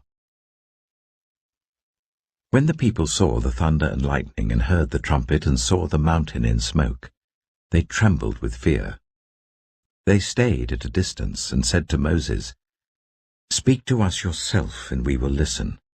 But do not let God speak to us, or we will die." Moses said to the people, "Do not be afraid. God has come to test you, so that the fear of God will be with you, to keep you from sinning." The people remained at a distance, while Moses approached the thick darkness where God was. Then the Lord said to Moses, "Tell the Israelites this. You have seen for yourselves that I have spoken to you from heaven. Do not make any gods to be alongside me. Do not make for yourselves gods of silver or gods of gold. Make an altar of earth for me, and sacrifice on it your burnt offerings and fellowship offerings, your sheep and goats and your cattle. Wherever I cause my name to be honored, I will come to you and bless you. If you make an altar of stones for me, do not build it with dressed stones, for you will defile it if you use a tool on it. And do not go up to my altar on steps, or your private parts may be exposed." Exodus chapter 21. These are the laws you are to set before them. If you buy a Hebrew servant, he is to serve you for 6 years, but in the 7th year he shall go free without paying anything. If he comes alone, he is to go free alone. But if he has a wife when he comes, she is to go with him. If his master gives him a wife and she bears him sons or daughters, the woman and her children shall belong to her master, and only the man shall go free. But if the servant declares, "I love my master and my wife and children, and do not want to go free," then his master must take him before the judges. He shall take him to the door, or the doorpost, and pierce his ear with an awl. Then he will be his servant for life. If a man sells his daughter as a servant, she is not to go free as male servants do. If she does not please the master who has selected her for himself, he must let her be redeemed. He has no right to sell her to foreigners, because he has broken faith with her. If he selects her for his son, he must grant her the rights of a daughter. If he marries another woman, he must not deprive the first one of her food, clothing, and marital rights. If he does not provide her with these 3 things, she is to go free without any payment of money. Anyone who strikes a person with a fatal blow is to be put to death. However, if it is not done intentionally, but God lets it happen, they are to flee to a place I will designate.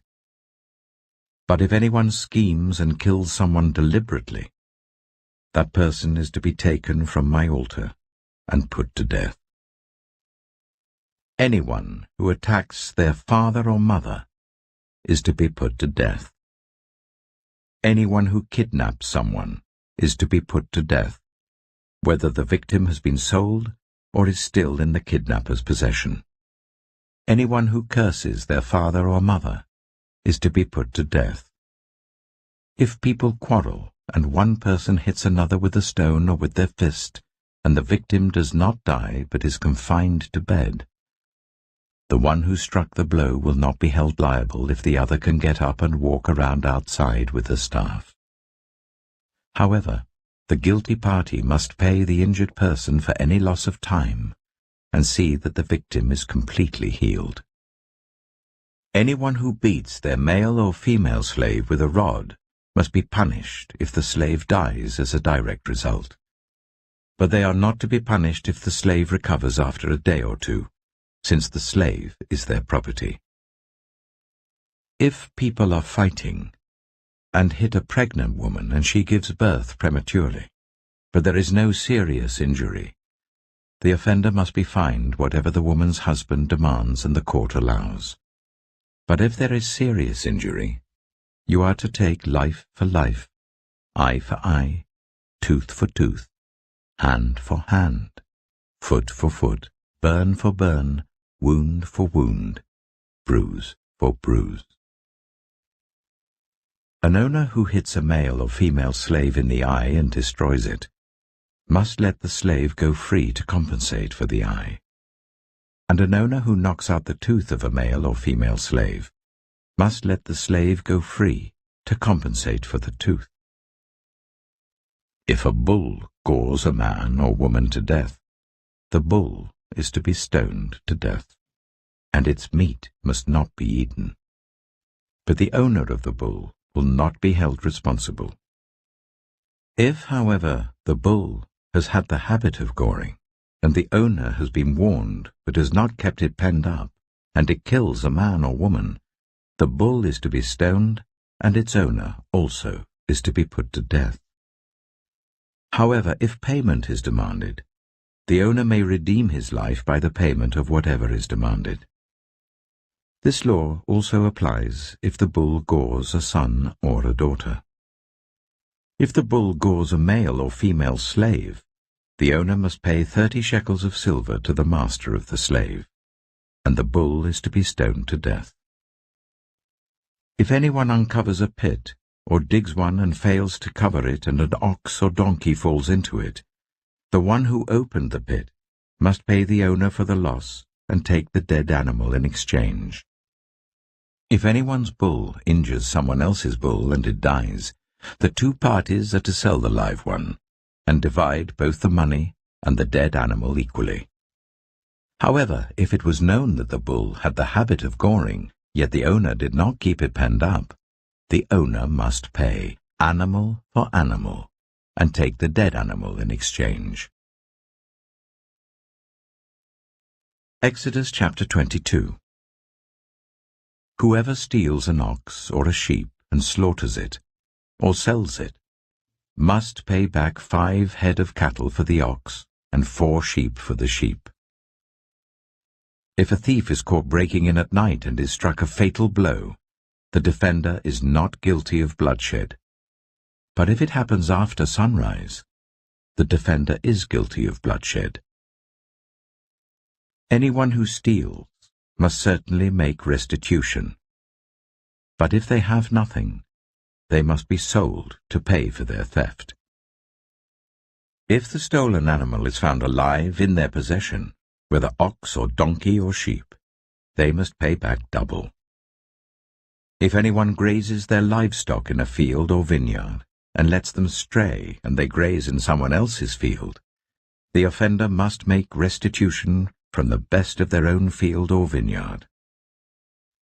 If a fire breaks out and spreads into thorn bushes, so that it burns sheaves of corn or standing corn or the whole field, the one who started the fire must make restitution. If anyone gives a neighbor silver or goods for safekeeping, and they are stolen from the neighbor's house, the thief, if caught, must pay back double.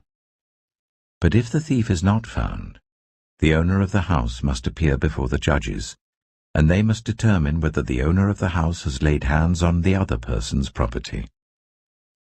In all cases of illegal possession of an ox, a donkey, a sheep, a garment, or any other lost property about which somebody says, "This is mine," both parties are to bring their cases before the judges. The one whom the judges declare guilty must pay back double to the other. If anyone gives a donkey, an ox, a sheep, or any other animal to their neighbor for safekeeping, and it dies, or is injured, or is taken away while no one is looking, the issue between them will be settled by the taking of an oath before the Lord, that the neighbor did not lay hands on the other person's property. The owner is to accept this, and no restitution is required. But if the animal was stolen from the neighbor, restitution must be made to the owner. If it was torn to pieces by a wild animal, the neighbor shall bring in the remains as evidence, and shall not be required to pay for the torn animal.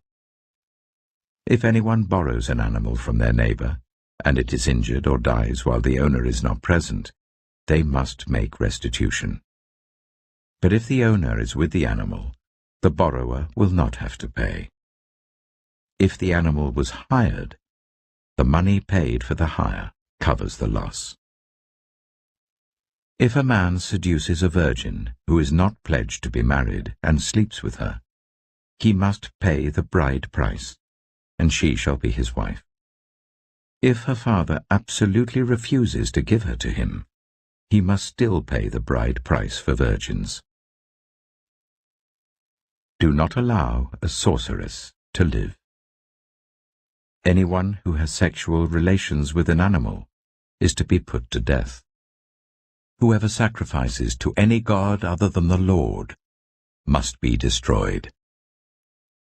Do not ill-treat or oppress a foreigner, for you were foreigners in Egypt. Do not take advantage of the widow or the fatherless. If you do, and they cry out to me, I will certainly hear their cry. My anger will be aroused, and I will kill you with the sword. Your wives will become widows, and your children fatherless. If you lend money to one of my people among you who is needy, do not treat it like a business deal. Charge no interest. If you take your neighbor's cloak as a pledge, return it by sunset, because that cloak is the only covering your neighbor has. What else can they sleep in? When they cry out to me, I will hear, for I am compassionate. Do not blaspheme God or curse the ruler of your people. Do not hold back offerings from your granaries or your vats. You must give me the firstborn of your sons. Do the same with your cattle and your sheep. Let them stay with their mothers for 7 days, but give them to me on the 8th day. You are to be my holy people. So do not eat the meat of an animal torn by wild beasts. Throw it to the dogs.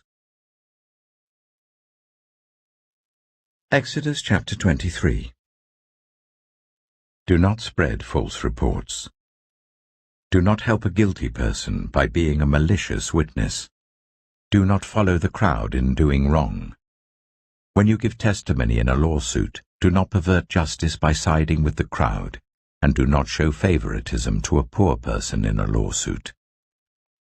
If you come across your enemy's ox or donkey wandering off, be sure to return it. If you see the donkey of someone who hates you, fallen down under its load, do not leave it there. Be sure you help them with it. Do not deny justice to your poor people in their lawsuits. Have nothing to do with a false charge, and do not put an innocent or honest person to death, for I will not acquit the guilty. Do not accept a bribe, for a bribe blinds those who see and twists the words of the innocent. Do not oppress a foreigner. You yourselves know how it feels to be foreigners, because you were foreigners in Egypt. For 6 years you are to sow your fields and harvest the crops, but during the 7th year let the land lie unploughed and unused. Then the poor among your people may get food from it, and the wild animals may eat what is left. Do the same with your vineyard and your olive grove.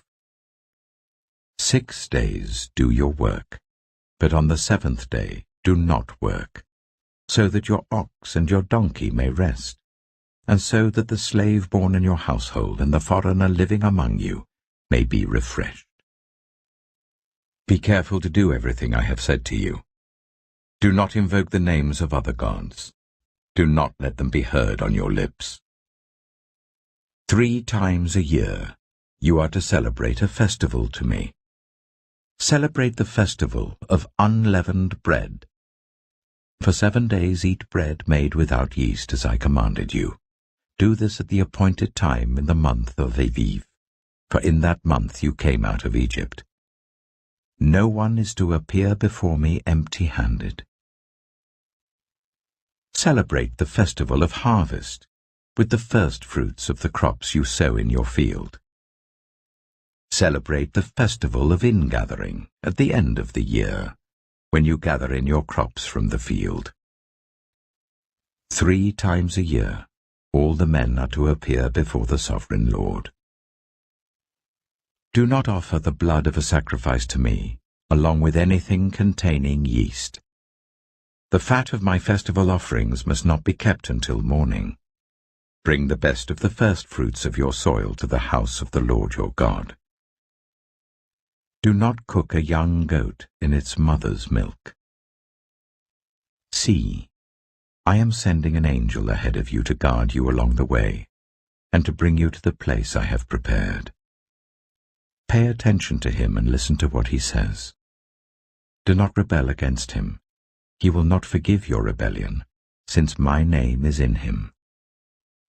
If you listen carefully to what he says and do all that I say, I will be an enemy to your enemies, and will oppose those who oppose you. My angel will go ahead of you, and bring you into the land of the Amorites, Hittites, Perizzites, Canaanites, Hivites, and Jebusites, and I will wipe them out. Do not bow down before their gods, or worship them, or follow their practices. You must demolish them, and break their sacred stones to pieces. Worship the Lord your God, and his blessing will be on your food and water. I will take away disease from among you, and none will miscarry or be barren in your land. I will give you a full lifespan. I will send my terror ahead of you, and throw into confusion every nation you encounter. I will make all your enemies turn their backs and run. I will send the hornet ahead of you to drive the Hivites, Canaanites, and Hittites out of your way. But I will not drive them out in a single year, because the land would become desolate, and the wild animals too numerous for you. Little by little I will drive them out before you, until you have increased enough to take possession of the land. I will establish your borders from the Red Sea to the Mediterranean Sea, and from the desert to the Euphrates River.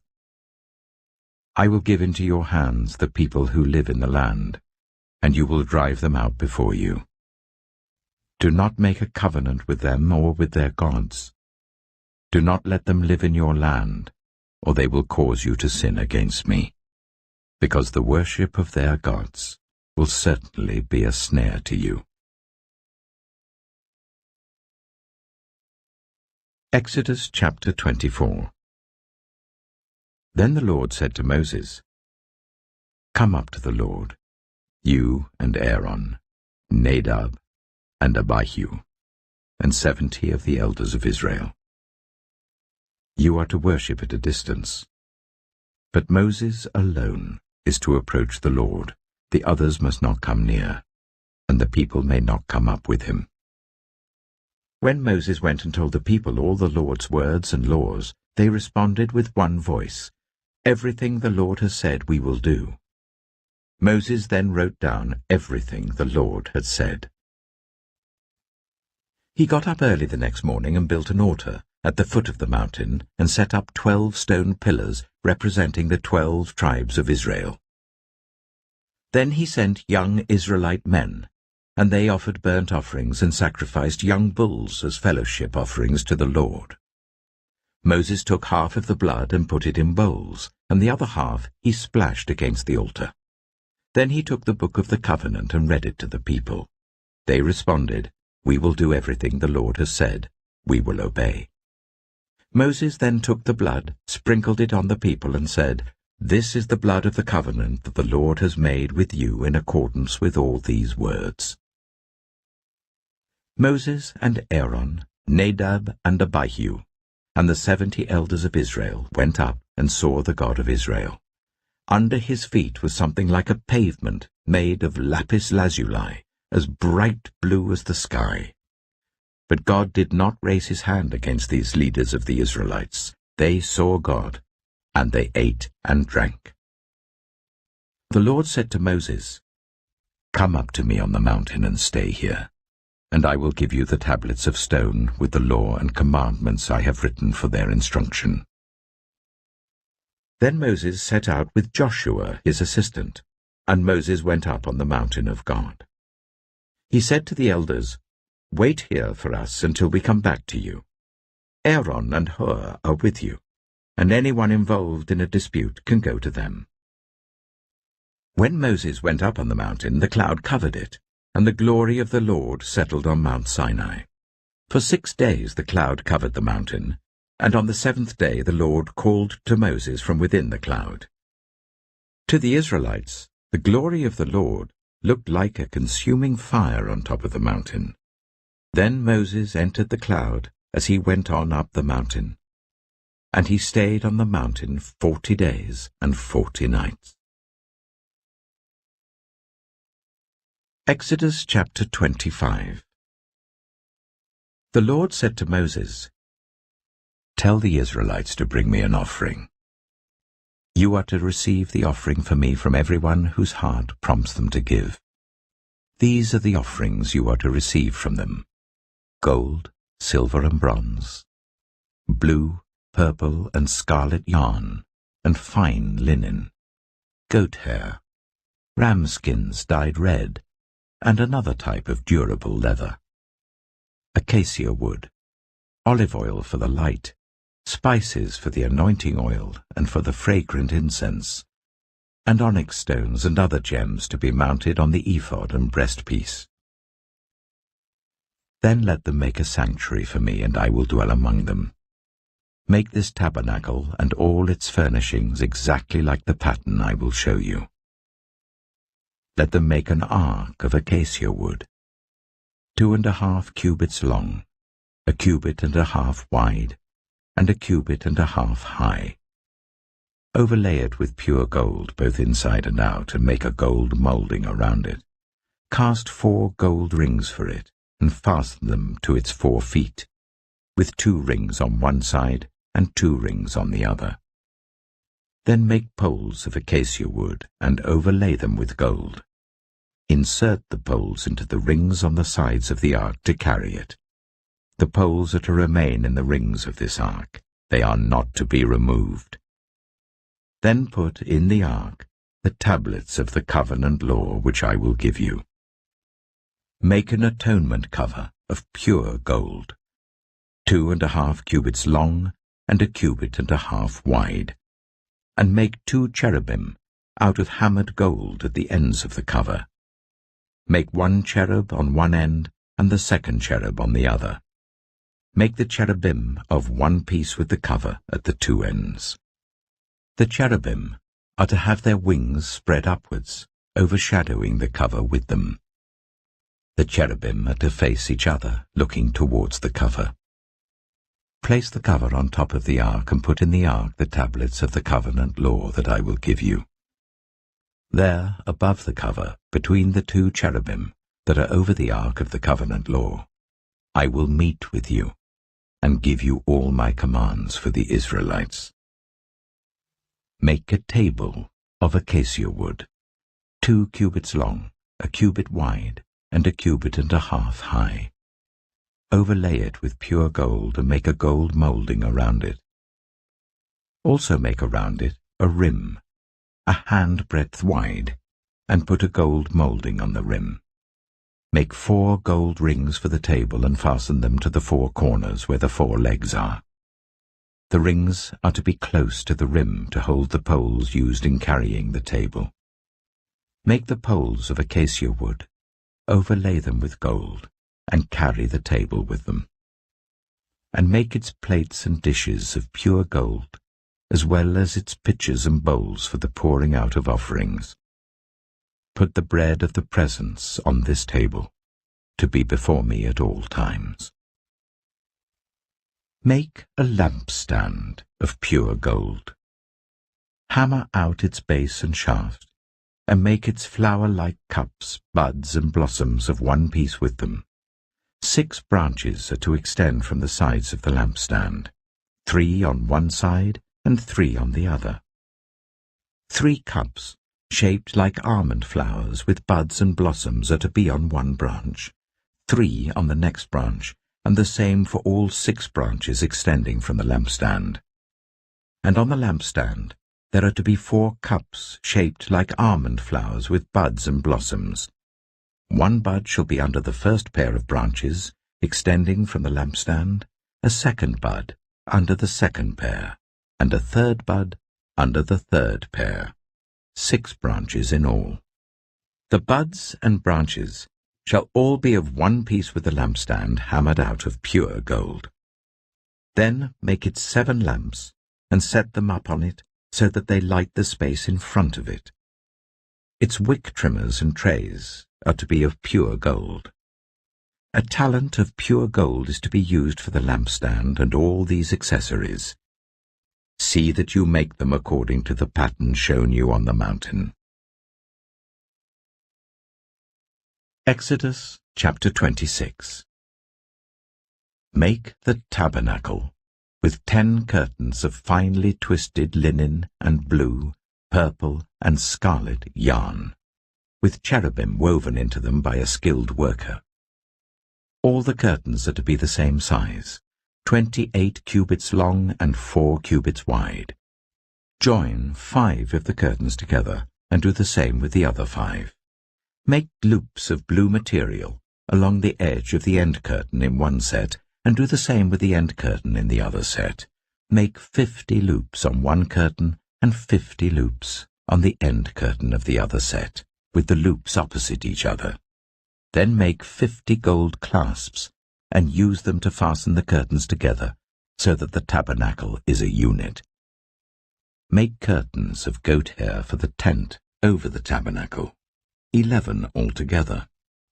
All 11 curtains are to be the same size, 30 cubits long and 4 cubits wide. Join 5 of the curtains together into one set, and the other 6 into another set. Fold the 6th curtain double at the front of the tent. Make 50 loops along the edge of the end curtain in one set, and also along the edge of the end curtain in the other set. Then make 50 bronze clasps, and put them in the loops to fasten the tent together as a unit. As for the additional length of the tent curtains, the half curtain that is left over is to hang down at the rear of the tabernacle. The tent curtains will be a cubit longer on both sides. What is left will hang over the sides of the tabernacle so as to cover it. Make for the tent a covering of ram skins dyed red, and over that a covering of other durable leather. Make upright frames of acacia wood for the tabernacle.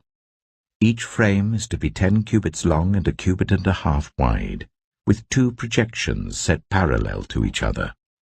Make all the frames of the tabernacle in this way. Make 20 frames for the south side of the tabernacle, and make 40 silver bases to go under them, 2 bases for each frame, 1 under each projection. For the other side, the north side of the tabernacle, make 20 frames and 40 silver bases, 2 under each frame. Make 6 frames for the far end, that is the west end of the tabernacle, and make 2 frames for the corners at the far end. At these 2 corners, they must be double from the bottom all the way to the top and fitted into a single ring. Both shall be like that. So there will be 8 frames and 16 silver bases, 2 under each frame. Also, make crossbars of acacia wood, 5 for the frames on one side of the tabernacle, 5 for those on the other side, and 5 for the frames on the west at the far end of the tabernacle. The center crossbar is to extend from end to end at the middle of the frames. Overlay the frames with gold and make gold rings to hold the crossbars. Also, overlay the crossbars with gold. Set up the tabernacle according to the plan shown you on the mountain. Make a curtain of blue, purple, and scarlet yarn and finely twisted linen, with cherubim woven into it by a skilled worker. Hang it with gold hooks on 4 posts of acacia wood, overlaid with gold and standing on 4 silver bases. Hang the curtain from the clasps, and place the Ark of the Covenant Law behind the curtain. The curtain will separate the holy place from the most holy place. Put the atonement cover on the Ark of the Covenant Law in the most holy place. Place the table outside the curtain on the north side of the tabernacle, and put the lampstand opposite it on the south side. For the entrance to the tent, make a curtain of blue, purple, and scarlet yarn and finely twisted linen, the work of an embroiderer. Make gold hooks for this curtain, and 5 posts of acacia wood overlaid with gold, and cast 5 bronze bases for them. Exodus chapter 27. Build an altar of acacia wood, 3 cubits high. It is to be square, 5 cubits long and 5 cubits wide. Make a horn at each of the 4 corners, so that the horns and the altar are of one piece, and overlay the altar with bronze. Make all its utensils of bronze, its pots to remove the ashes, and its shovels, sprinkling bowls, meat forks, and fire pans. Make a grating for it, a bronze network, and make a bronze ring at each of the 4 corners of the network. Put it under the ledge of the altar, so that it is halfway up the altar. Make poles of acacia wood for the altar, and overlay them with bronze. The poles are to be inserted into the rings, so they will be on 2 sides of the altar when it is carried. Make the altar hollow out of boards. It is to be made just as you were shown on the mountain. Make a courtyard for the tabernacle. The south side shall be 100 cubits long, and is to have curtains of finely twisted linen, with 20 posts and 20 bronze bases, with silver hooks and bands on the posts. The north side shall also be 100 cubits long, and is to have curtains with 20 posts and 20 bronze bases, and with silver hooks and bands on the posts. The west end of the courtyard shall be 50 cubits wide, and have curtains with 10 posts and 10 bases. On the east end, towards the sunrise, the courtyard shall also be 50 cubits wide. Curtains 15 cubits long are to be on one side of the entrance with 3 posts and 3 bases, and curtains 15 cubits long are to be on the other side, with 3 posts and 3 bases. For the entrance to the courtyard, provide a curtain 20 cubits long of blue, purple, and scarlet yarn, and finely twisted linen, the work of an embroiderer, with 4 posts and 4 bases. All the posts around the courtyard are to have silver bands and hooks and bronze bases. The courtyard shall be 100 cubits long and 50 cubits wide, with curtains of finely twisted linen 5 cubits high, and with bronze bases. All the other articles used in the service of the tabernacle, whatever their function, including all the tent pegs for it and those for the courtyard, are to be of bronze. Command the Israelites to bring you clear oil of pressed olives for the light, so that the lamps may be kept burning. In the tent of meeting, outside the curtain that shields the ark of the covenant law, Aaron and his sons are to keep the lamps burning before the Lord from evening till morning. This is to be a lasting ordinance among the Israelites for the generations to come. Exodus chapter 28. Let Aaron, your brother, be brought to you from among the Israelites, with his sons Nadab and Abihu, Eleazar and Ithamar, so that they may serve me as priests. Make sacred garments for your brother Aaron to give him dignity and honor. Tell all the skilled workers to whom I have given wisdom in such matters that they are to make garments for Aaron, for his consecration, so that he may serve me as priest. These are the garments they are to make: a breastpiece, an ephod, a robe, a woven tunic, a turban, and a sash. They are to make these sacred garments for your brother Aaron and his sons, so that they may serve me as priests. Make them use gold, and blue, purple, and scarlet yarn, and fine linen. Make the ephod of gold, and of blue, purple, and scarlet yarn, and of finely twisted linen, the work of skilled hands. It is to have 2 shoulder pieces attached to 2 of its corners, so that it can be fastened. Its skillfully woven waistband is to be like it, of 1 piece with the ephod, and made with gold, and with blue, purple, and scarlet yarn, and with finely twisted linen. Take 2 onyx stones, and engrave on them the names of the sons of Israel, in the order of their birth, 6 names on 1 stone, and the remaining 6 on the other.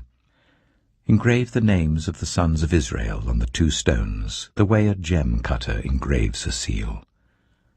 Then mount the stones in gold filigree settings, and fasten them on the shoulder pieces of the ephod as memorial stones for the sons of Israel. Aaron is to bear the names on his shoulders as a memorial before the Lord. Make gold filigree settings, and 2 braided chains of pure gold like a rope, and attach the chains to the settings. Fashion a breastpiece for making decisions, the work of skilled hands. Make it like the ephod, of gold and of blue, purple, and scarlet yarn, and of finely twisted linen.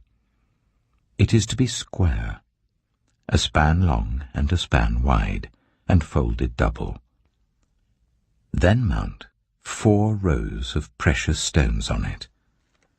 The first row shall be carnelian, chrysolite, and beryl. The second row shall be turquoise, lapis lazuli, and emerald. The third row shall be jacinth, agate, and amethyst.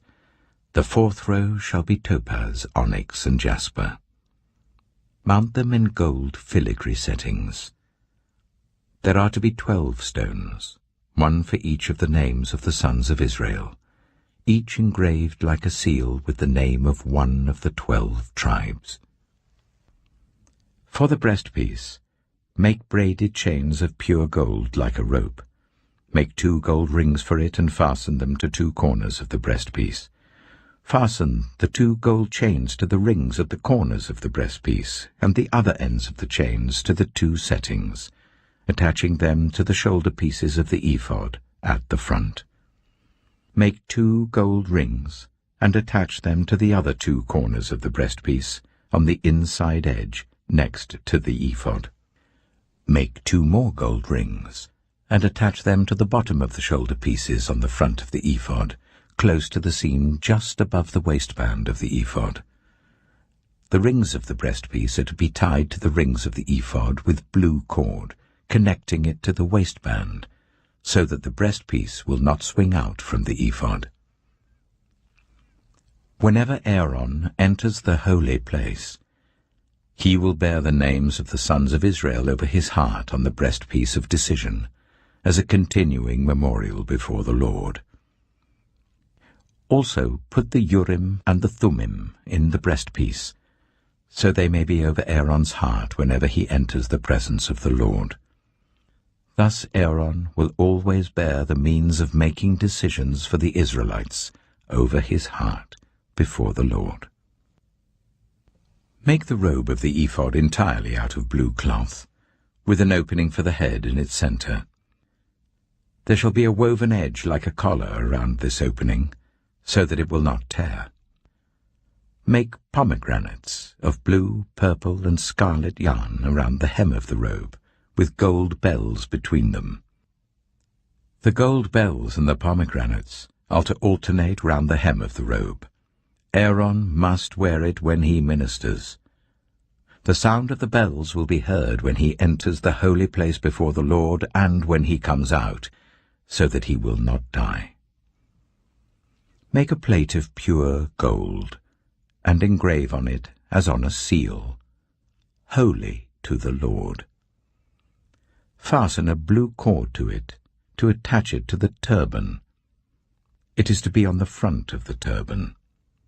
It will be on Aaron's forehead, and he will bear the guilt involved in the sacred gifts the Israelites consecrate, whatever their gifts may be. It will be on Aaron's forehead continually, so that they will be acceptable to the Lord. Weave the tunic of fine linen, and make the turban of fine linen. The sash is to be the work of an embroiderer. Make tunics, sashes, and caps for Aaron's sons, to give them dignity and honor. After you put these clothes on your brother Aaron and his sons, anoint and ordain them. Consecrate them, so they may serve me as priests. Make linen undergarments as a covering for the body, reaching from the waist to the thigh. Aaron and his sons must wear them whenever they enter the tent of meeting or approach the altar to minister in the holy place, so that they will not incur guilt and die. This is to be a lasting ordinance for Aaron and his descendants. Exodus chapter 29.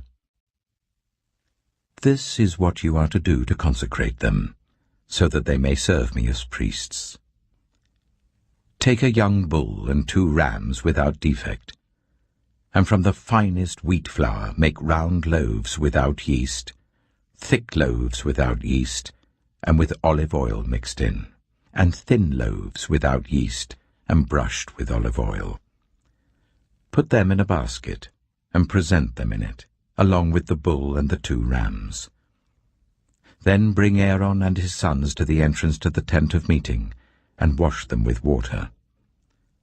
Take the garments and dress Aaron with the tunic, the robe of the ephod itself, and the breastpiece. Fasten the ephod on him by its skillfully woven waistband. Put the turban on his head and attach the sacred emblem to the turban. Take the anointing oil and anoint him by pouring it on his head. Bring his sons and dress them in tunics and fasten caps on them. Then tie sashes on Aaron and his sons. The priesthood is theirs by a lasting ordinance. Then you shall ordain Aaron and his sons. Bring the bull to the front of the tent of meeting, and Aaron and his sons shall lay their hands on its head. Slaughter it in the Lord's presence at the entrance to the tent of meeting. Take some of the bull's blood and put it on the horns of the altar with your finger, and pour out the rest of it at the base of the altar. Then take all the fat of the internal organs, the covering of the liver and both kidneys with the fat on them, and burn them on the altar. but burn the bull's flesh and its hide and its intestines outside the camp. It is a sin offering. Take one of the rams, and Aaron and his sons shall lay their hands on its head.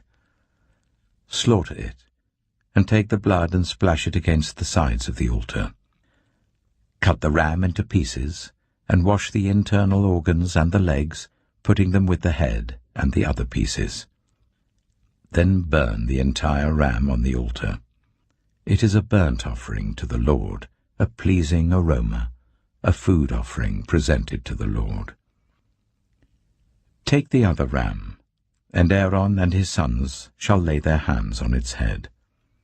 Slaughter it, take some of its blood, and put it on the lobes of the right ears of Aaron and his sons, on the thumbs of their right hands, and on the big toes of their right feet.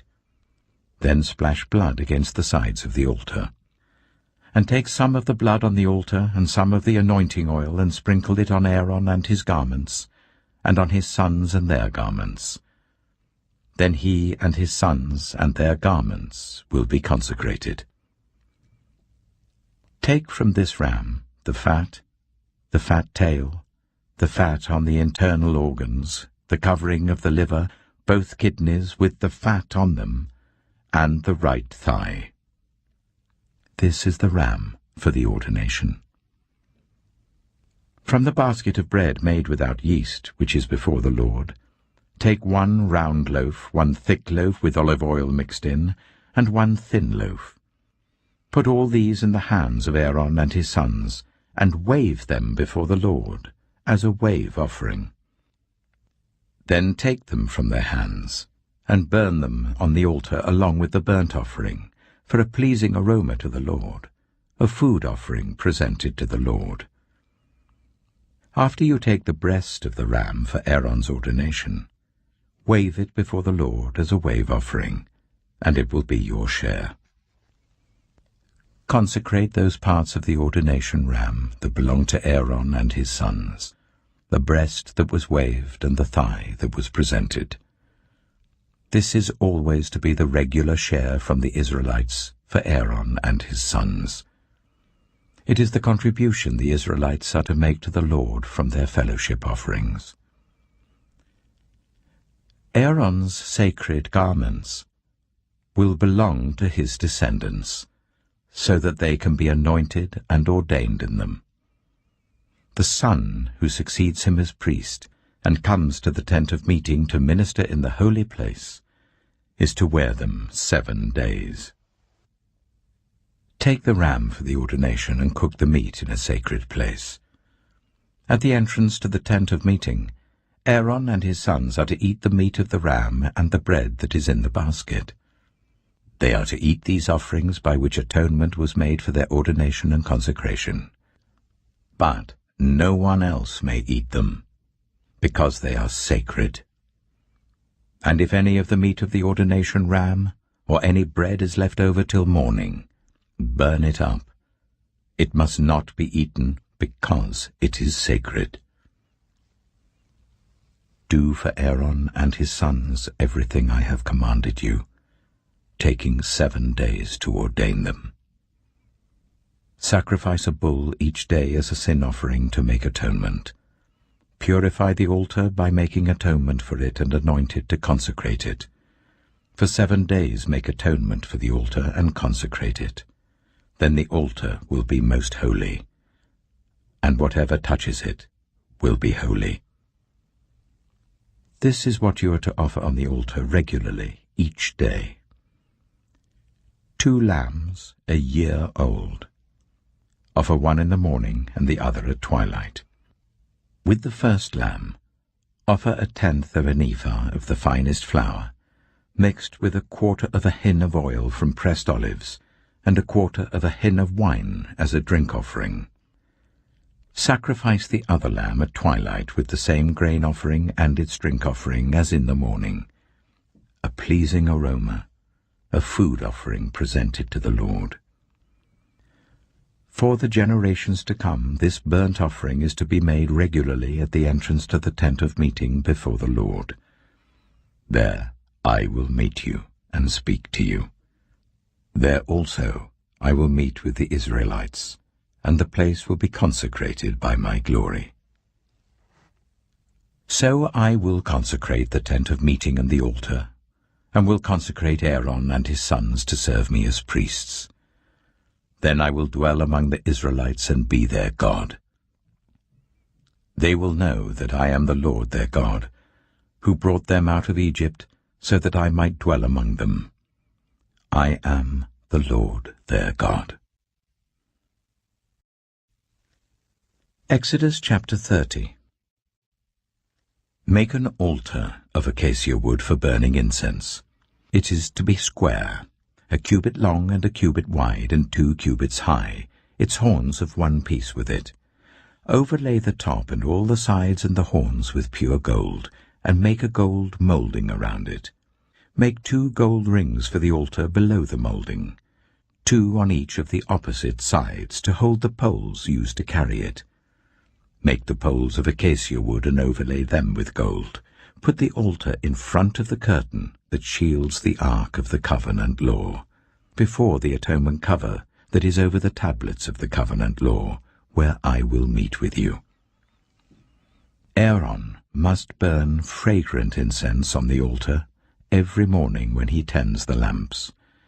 He must burn incense again when he lights the lamps at twilight, so that incense will burn regularly before the Lord for the generations to come. Do not offer on this altar any other incense or any burnt offering or grain offering, and do not pour a drink offering on it. Once a year Aaron shall make atonement on its horns.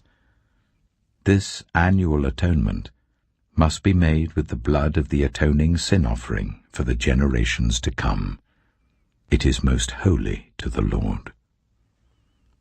Then the Lord said to Moses, When you take a census of the Israelites to count them, each one must pay the Lord a ransom for his life at the time he is counted. Then no plague will come on them when you number them. Each one who crosses over to those already counted is to give a half shekel according to the sanctuary shekel, which weighs 20 gerams.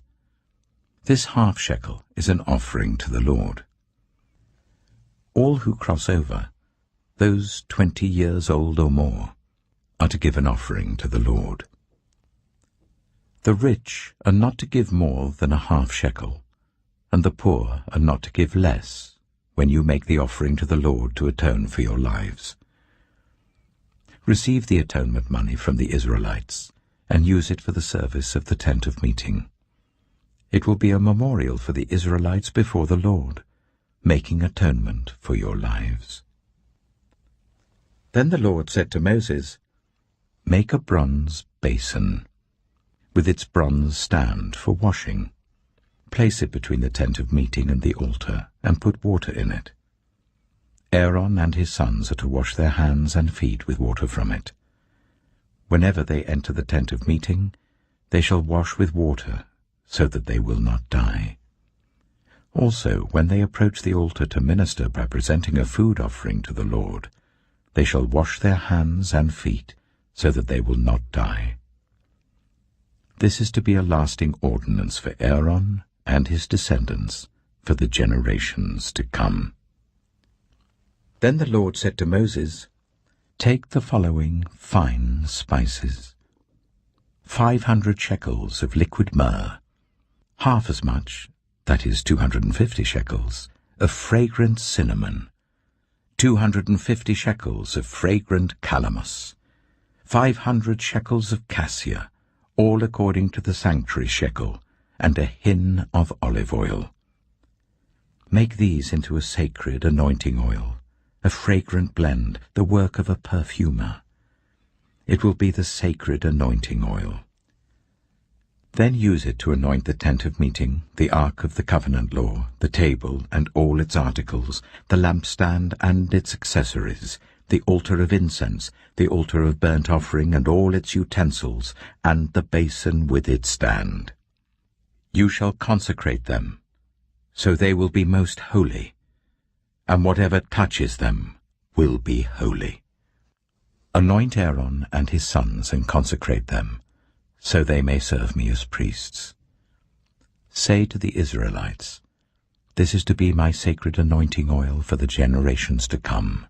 Do not pour it on anyone else's body, and do not make any other oil using the same formula. It is sacred, and you are to consider it sacred. Whoever makes perfume like it and puts it on anyone other than a priest must be cut off from their people. Then the Lord said to Moses, take fragrant spices, gum resin, onycha, and galbanum, and pure frankincense, all in equal amounts, and make a fragrant blend of incense, the work of a perfumer. It is to be salted and pure and sacred. Grind some of it to powder and place it in front of the ark of the covenant law in the tent of meeting, where I will meet with you. It shall be most holy to you. Do not make any incense with this formula for yourselves. Consider it holy to the Lord. Whoever makes incense like it, to enjoy its fragrance, must be cut off from their people. Exodus chapter 31. Then the Lord said to Moses, see, I have chosen Bezalel, son of Uri, the son of Hur of the tribe of Judah, and I have filled him with the Spirit of God, with wisdom, with understanding, with knowledge, and with all kinds of skills, to make artistic designs for work in gold, silver, and bronze, to cut and set stones, to work in wood, and to engage in all kinds of crafts. Moreover, I have appointed Aholiab, son of Ahisamach, of the tribe of Dan, to help him. Also, I have given ability to all the skilled workers to make everything I have commanded you: the tent of meeting, the ark of the covenant law with the atonement cover on it, and all the other furnishings of the tent, the table and its articles, the pure gold lampstand and all its accessories, the altar of incense, the altar of burnt offering and all its utensils, the basin with its stand, and also the woven garments, both the sacred garments for Aaron the priest and the garments for his sons when they serve as priests, and the anointing oil and fragrant incense for the holy place. They are to make them just as I commanded you. Then the Lord said to Moses, say to the Israelites, you must observe my Sabbaths. This will be a sign between me and you for the generations to come, so that you may know that I am the Lord, who makes you holy. Observe the Sabbath, because it is holy to you. Anyone who desecrates it is to be put to death. Those who do any work on that day must be cut off from their people. For 6 days work is to be done, but the 7th day is a day of Sabbath rest, holy to the Lord. Whoever does any work on the Sabbath day is to be put to death. The Israelites are to observe the Sabbath, celebrating it for the generations to come as a lasting covenant. It will be a sign between me and the Israelites forever. For in 6 days the Lord made the heavens and the earth, and on the 7th day he rested and was refreshed. When the Lord finished speaking to Moses on Mount Sinai, he gave him the 2 tablets of the covenant law, the tablets of stone inscribed by the finger of God. Exodus chapter 32. When the people saw that Moses was so long in coming down from the mountain, they gathered round Aaron and said, Come, make us gods who will go before us. As for this fellow Moses who brought us up out of Egypt, we don't know what has happened to him. Aaron answered them, Take off the gold earrings that your wives, your sons, and your daughters are wearing, and bring them to me. So all the people took off their earrings and brought them to Aaron. He took what they handed him and made it into an idol cast in the shape of a calf, fashioning it with a tool. Then they said, "These are your gods, Israel, who brought you up out of Egypt." When Aaron saw this, he built an altar in front of the calf and announced, "Tomorrow there will be a festival to the Lord." So the next day the people rose early and sacrificed burnt offerings and presented fellowship offerings. Afterwards they sat down to eat and drink and got up to indulge in revelry. Then the Lord said to Moses, "Go down, because your people, whom you brought up out of Egypt, have become corrupt.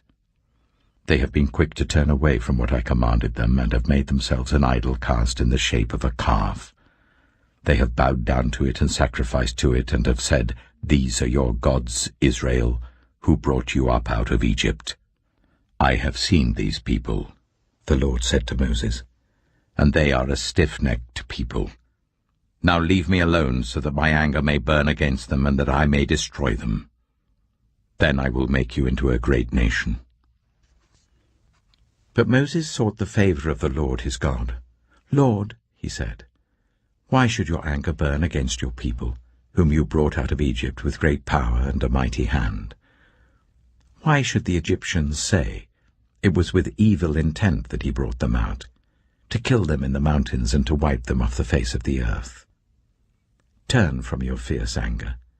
Relent and do not bring disaster on your people. Remember your servants, Abraham, Isaac, and Israel, to whom you swore by your own self, 'I will make your descendants as numerous as the stars in the sky, and I will give your descendants all this land I promised them, and it will be their inheritance forever.'" Then the Lord relented, and did not bring on his people the disaster he had threatened. Moses turned and went down the mountain with the 2 tablets of the covenant law in his hands. They were inscribed on both sides, front and back. The tablets were the work of God. The writing was the writing of God, engraved on the tablets. When Joshua heard the noise of the people shouting, he said to Moses, "There is the sound of war in the camp." Moses replied, "It is not the sound of victory. It is not the sound of defeat. It is the sound of singing that I hear." When Moses approached the camp and saw the calf and the dancing, his anger burned, and he threw the tablets out of his hands, breaking them to pieces at the foot of the mountain. And he took the calf the people had made and burned it in the fire. Then he ground it to powder, scattered it on the water, and made the Israelites drink it. He said to Aaron, "What did these people do to you, that you led them into such great sin?" "Do not be angry, my lord," Aaron answered. "You know how prone these people are to evil. They said to me, 'Make us gods who will go before us.' As for this fellow Moses who brought us up out of Egypt, we don't know what's happened to him. So I told them, 'Whoever has any gold jewelry, take it off.' Then they gave me the gold, and I threw it into the fire, and out came this calf." Moses saw that the people were running wild, and that Aaron had let them get out of control, and so become a laughing-stock to their enemies. So he stood at the entrance to the camp and said, "Whoever is for the Lord, come to me." And all the Levites rallied to him. Then he said to them, "This is what the Lord, the God of Israel, says. Each man strap a sword to his side. Go back and forth through the camp from one end to the other, each killing his brother and friend and neighbor." The Levites did as Moses commanded, and that day about 3,000 of the people died. Then Moses said, "You have been set apart to the Lord today, for you are against your own sons and brothers, and he has blessed you this day." The next day Moses said to the people, "You have committed a great sin, but now I will go up to the Lord. Perhaps I can make atonement for your sin." So Moses went back to the Lord and said, "Oh, what a great sin these people have committed! They have made themselves gods of gold, But now, please, forgive their sin. But if not, then blot me out of the book you have written." The Lord replied to Moses, "Whoever has sinned against me, I will blot out of my book. Now go, lead the people to the place I spoke of, and my angel will go before you. However, when the time comes for me to punish, I will punish them for their sin." And the Lord struck the people with a plague because of what they did with the calf Aaron had made. Exodus chapter 33. Then the Lord said to Moses, "Leave this place, you and the people you brought up out of Egypt, and go up to the land I promised on oath to Abraham, Isaac, and Jacob, saying, I will give it to your descendants. I will send an angel before you and drive out the Canaanites, Amorites, Hittites, Perizzites, Hivites, and Jebusites. Go up to the land flowing with milk and honey. But I will not go with you, because you are a stiff-necked people, and I might destroy you on the way." When the people heard these distressing words, they began to mourn, and no one put on any ornaments. For the Lord had said to Moses, "Tell the Israelites, you are a stiff-necked people. If I were to go with you even for a moment, I might destroy you. Now take off your ornaments, and I will decide what to do with you." So the Israelites stripped off their ornaments at Mount Horeb. Now Moses used to take a tent and pitch it outside the camp some distance away, calling it the tent of meeting. Anyone inquiring of the Lord would go to the tent of meeting outside the camp. And whenever Moses went out to the tent, all the people rose and stood at the entrances to their tents, watching Moses until he entered the tent. As Moses went into the tent, the pillar of cloud would come down and stay at the entrance while the Lord spoke with Moses. Whenever the people saw the pillar of cloud standing at the entrance to the tent, they all stood and worshipped, each at the entrance to their tent. The Lord would speak to Moses face to face, as one speaks to a friend. Then Moses would return to the camp, but his young assistant Joshua, son of Nun, did not leave the tent. Moses said to the Lord, "You have been telling me, 'Lead these people.' But you have not let me know whom you will send with me. You have said, 'I know you by name, and you have found favor with me.'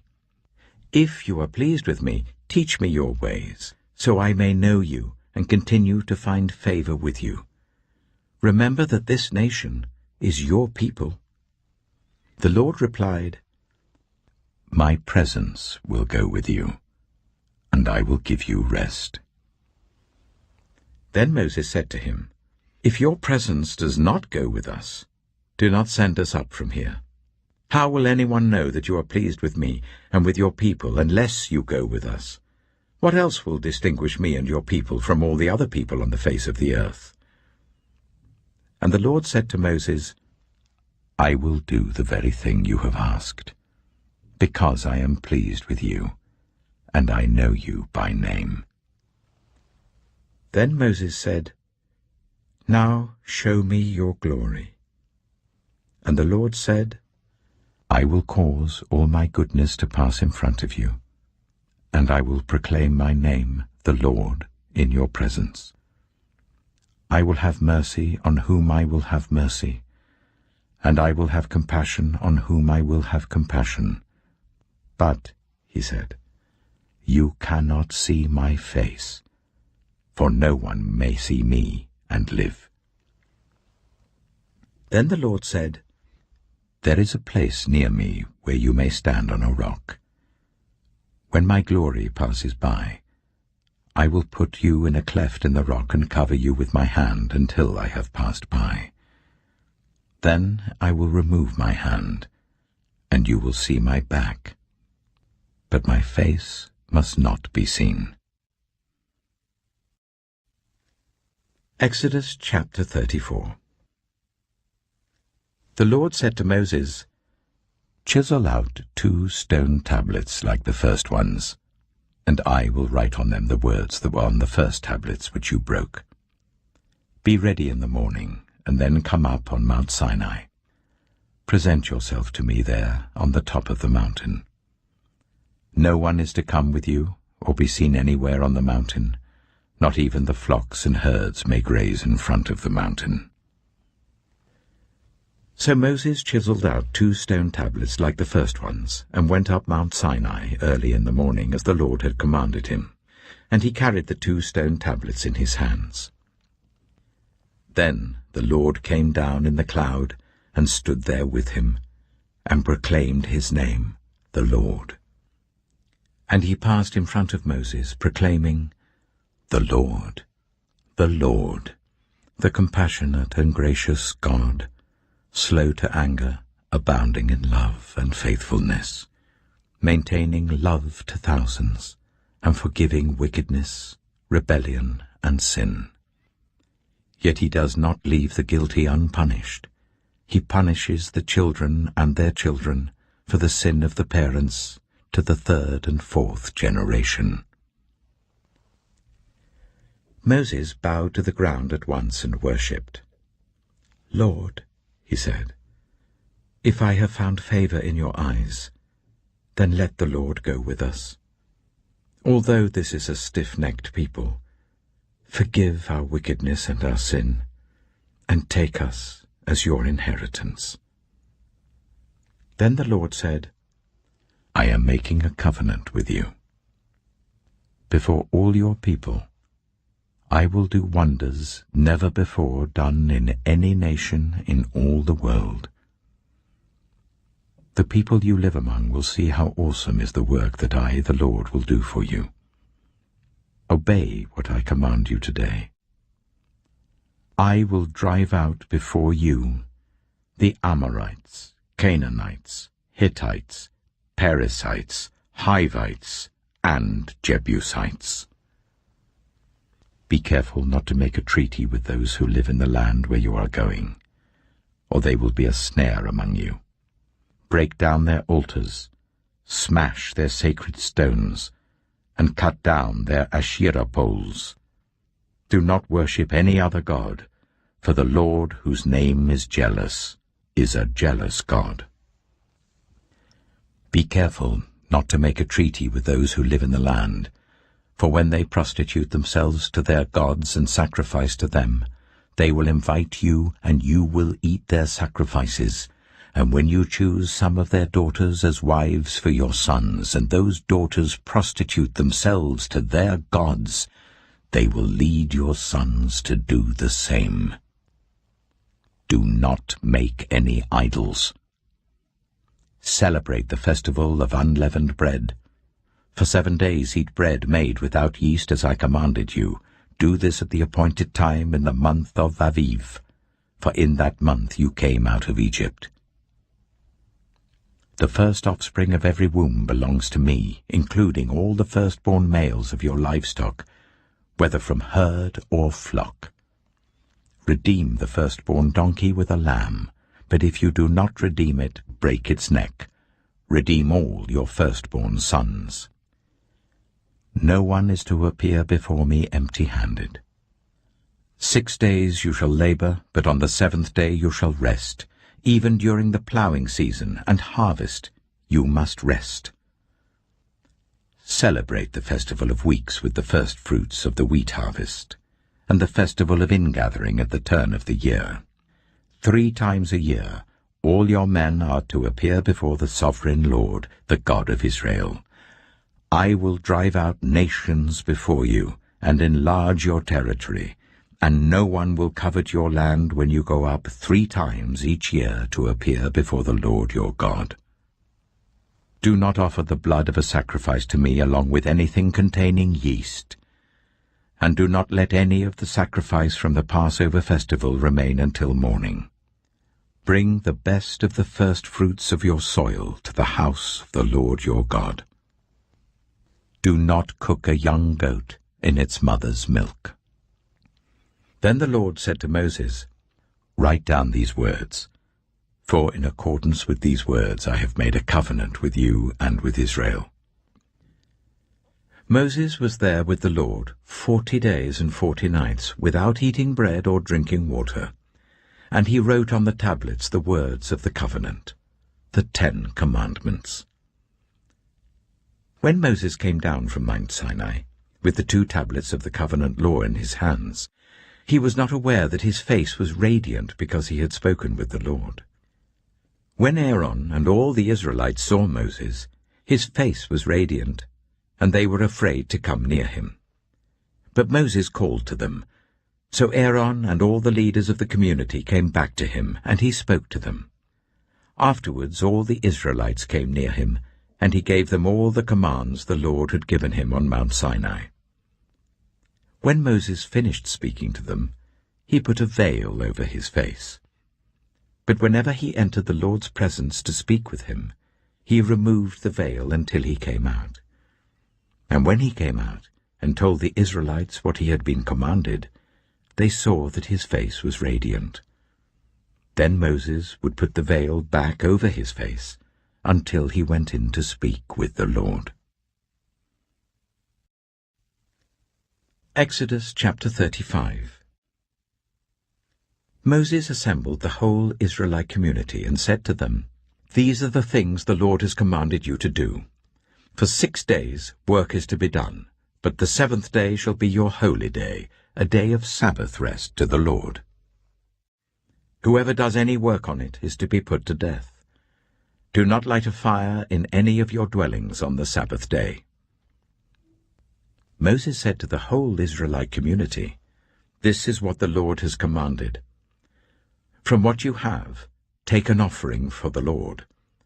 Everyone who is willing is to bring to the Lord an offering of gold, silver, and bronze, blue, purple, and scarlet yarn and fine linen, goat hair, ram skins dyed red, and another type of durable leather, acacia wood, olive oil for the light, spices for the anointing oil and for the fragrant incense, and onyx stones and other gems to be mounted on the ephod and breastpiece. All who are skilled among you are to come and make everything the Lord has commanded: the tabernacle with its tent and its covering, clasps, frames, crossbars, posts, and bases; the ark with its poles and the atonement cover and the curtain that shields it; the table with its poles and all its articles and the bread of the presence; the lampstand that is for light with its accessories, lamps and oil for the light; the altar of incense with its poles, the anointing oil and the fragrant incense; the curtain for the doorway at the entrance to the tabernacle; the altar of burnt offering with its bronze grating, its poles and all its utensils; the bronze basin with its stand; the curtains of the courtyard with its posts and bases, and the curtain for the entrance to the courtyard; the tent pegs for the tabernacle and for the courtyard, and their ropes; the woven garments worn for ministering in the sanctuary, both the sacred garments for Aaron the priest and the garments for his sons when they serve as priests." Then the whole Israelite community withdrew from Moses' presence, and everyone who was willing and whose heart moved them came and brought an offering to the Lord for the work on the tent of meeting, for all its service, and for the sacred garments. All who were willing, men and women alike, came and brought gold jewelry of all kinds, brooches, earrings, rings, and ornaments. They all presented their gold as a wave offering to the Lord. Everyone who had blue, purple, or scarlet yarn, or fine linen, or goat hair, ram skins dyed red, or other durable leather brought them. Those presenting an offering of silver or bronze brought it as an offering to the Lord, and everyone who had acacia wood for any part of the work brought it. Every skilled woman spun with her hands and brought what she had spun, blue, purple, or scarlet yarn, or fine linen. And all the women who were willing and had the skill spun the goat hair. The leaders brought onyx stones and other gems to be mounted on the ephod and breastpiece. They also brought spices and olive oil for the light, and for the anointing oil, and for the fragrant incense.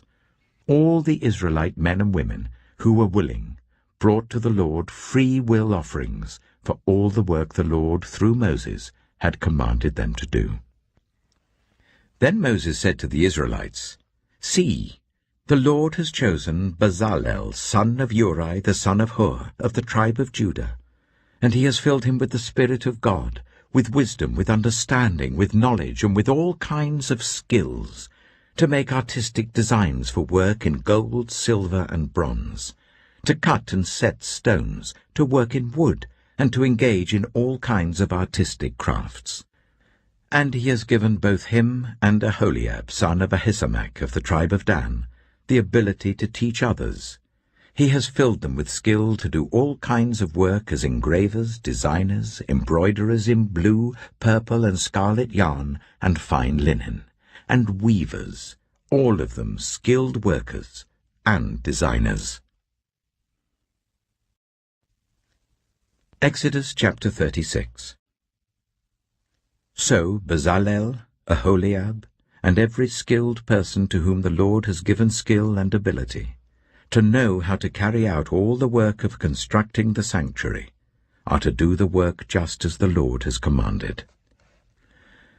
Then Moses summoned Bezalel and Aholiab, and every skilled person to whom the Lord had given ability, and who was willing to come and do the work. They received from Moses all the offerings the Israelites had brought to carry out the work of constructing the sanctuary. And the people continued to bring free-will offerings morning after morning. So all the skilled workers who were doing all the work on the sanctuary left what they were doing and said to Moses, "The people are bringing more than enough for doing the work the Lord commanded to be done." Then Moses gave an order, and they sent this word throughout the camp: "No man or woman is to make anything else as an offering for the sanctuary." And so the people were restrained from bringing more, because what they already had was more than enough to do all the work. All those who were skilled among the workers made the tabernacle with 10 curtains of finely twisted linen and blue, purple, and scarlet yarn, with cherubim woven into them by expert hands. All the curtains were the same size, 28 cubits long and 4 cubits wide. They joined 5 of the curtains together and did the same with the other 5. Then they made loops of blue material along the edge of the end curtain in one set, and the same was done with the end curtain in the other set. They also made 50 loops on one curtain and 50 loops on the end curtain of the other set, with the loops opposite each other.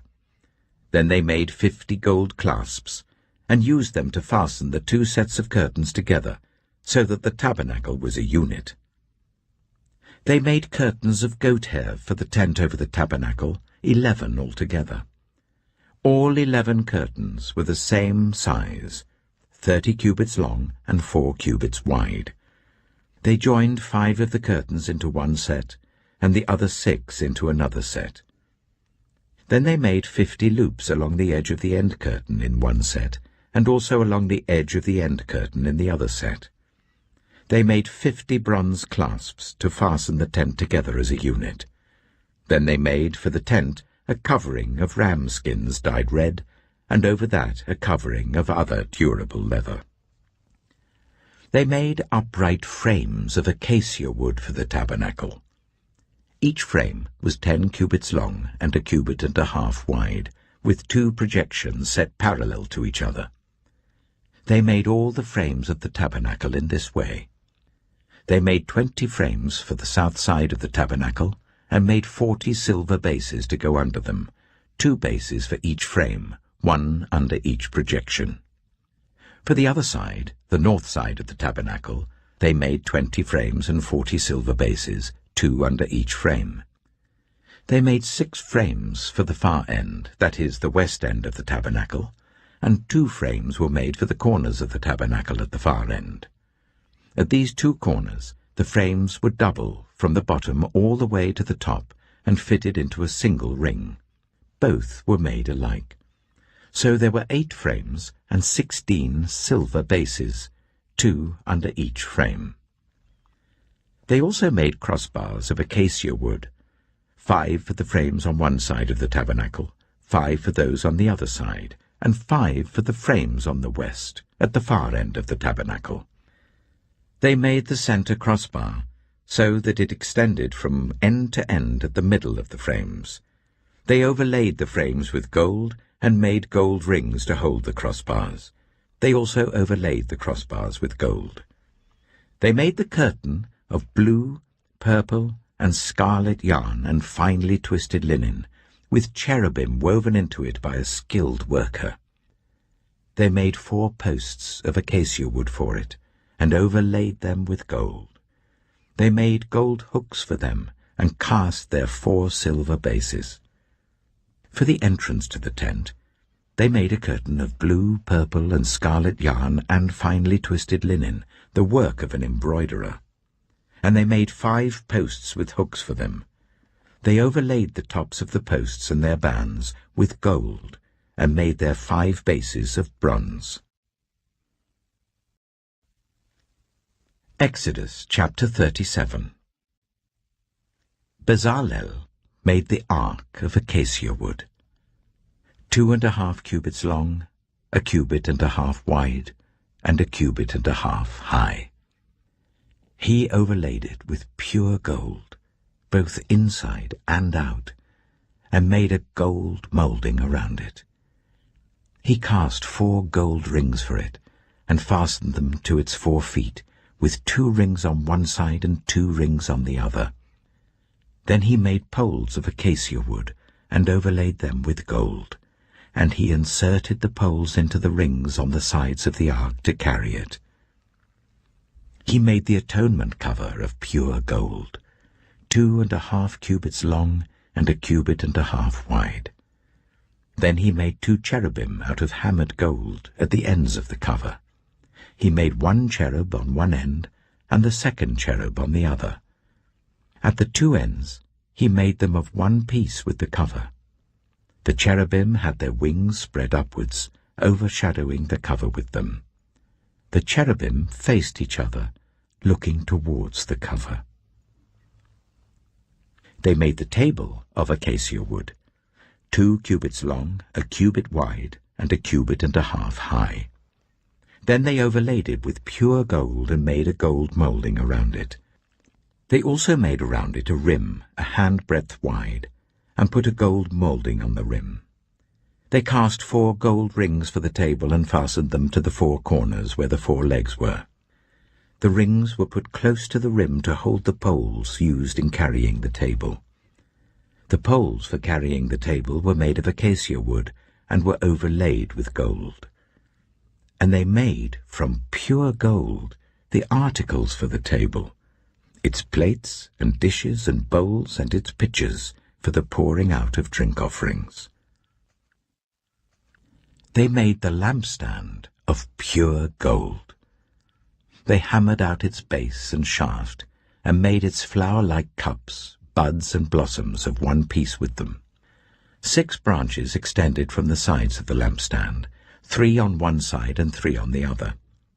3 cups shaped like almond flowers with buds and blossoms were on one branch, 3 on the next branch, and the same for all 6 branches extending from the lampstand. And on the lampstand were 4 cups shaped like almond flowers with buds and blossoms.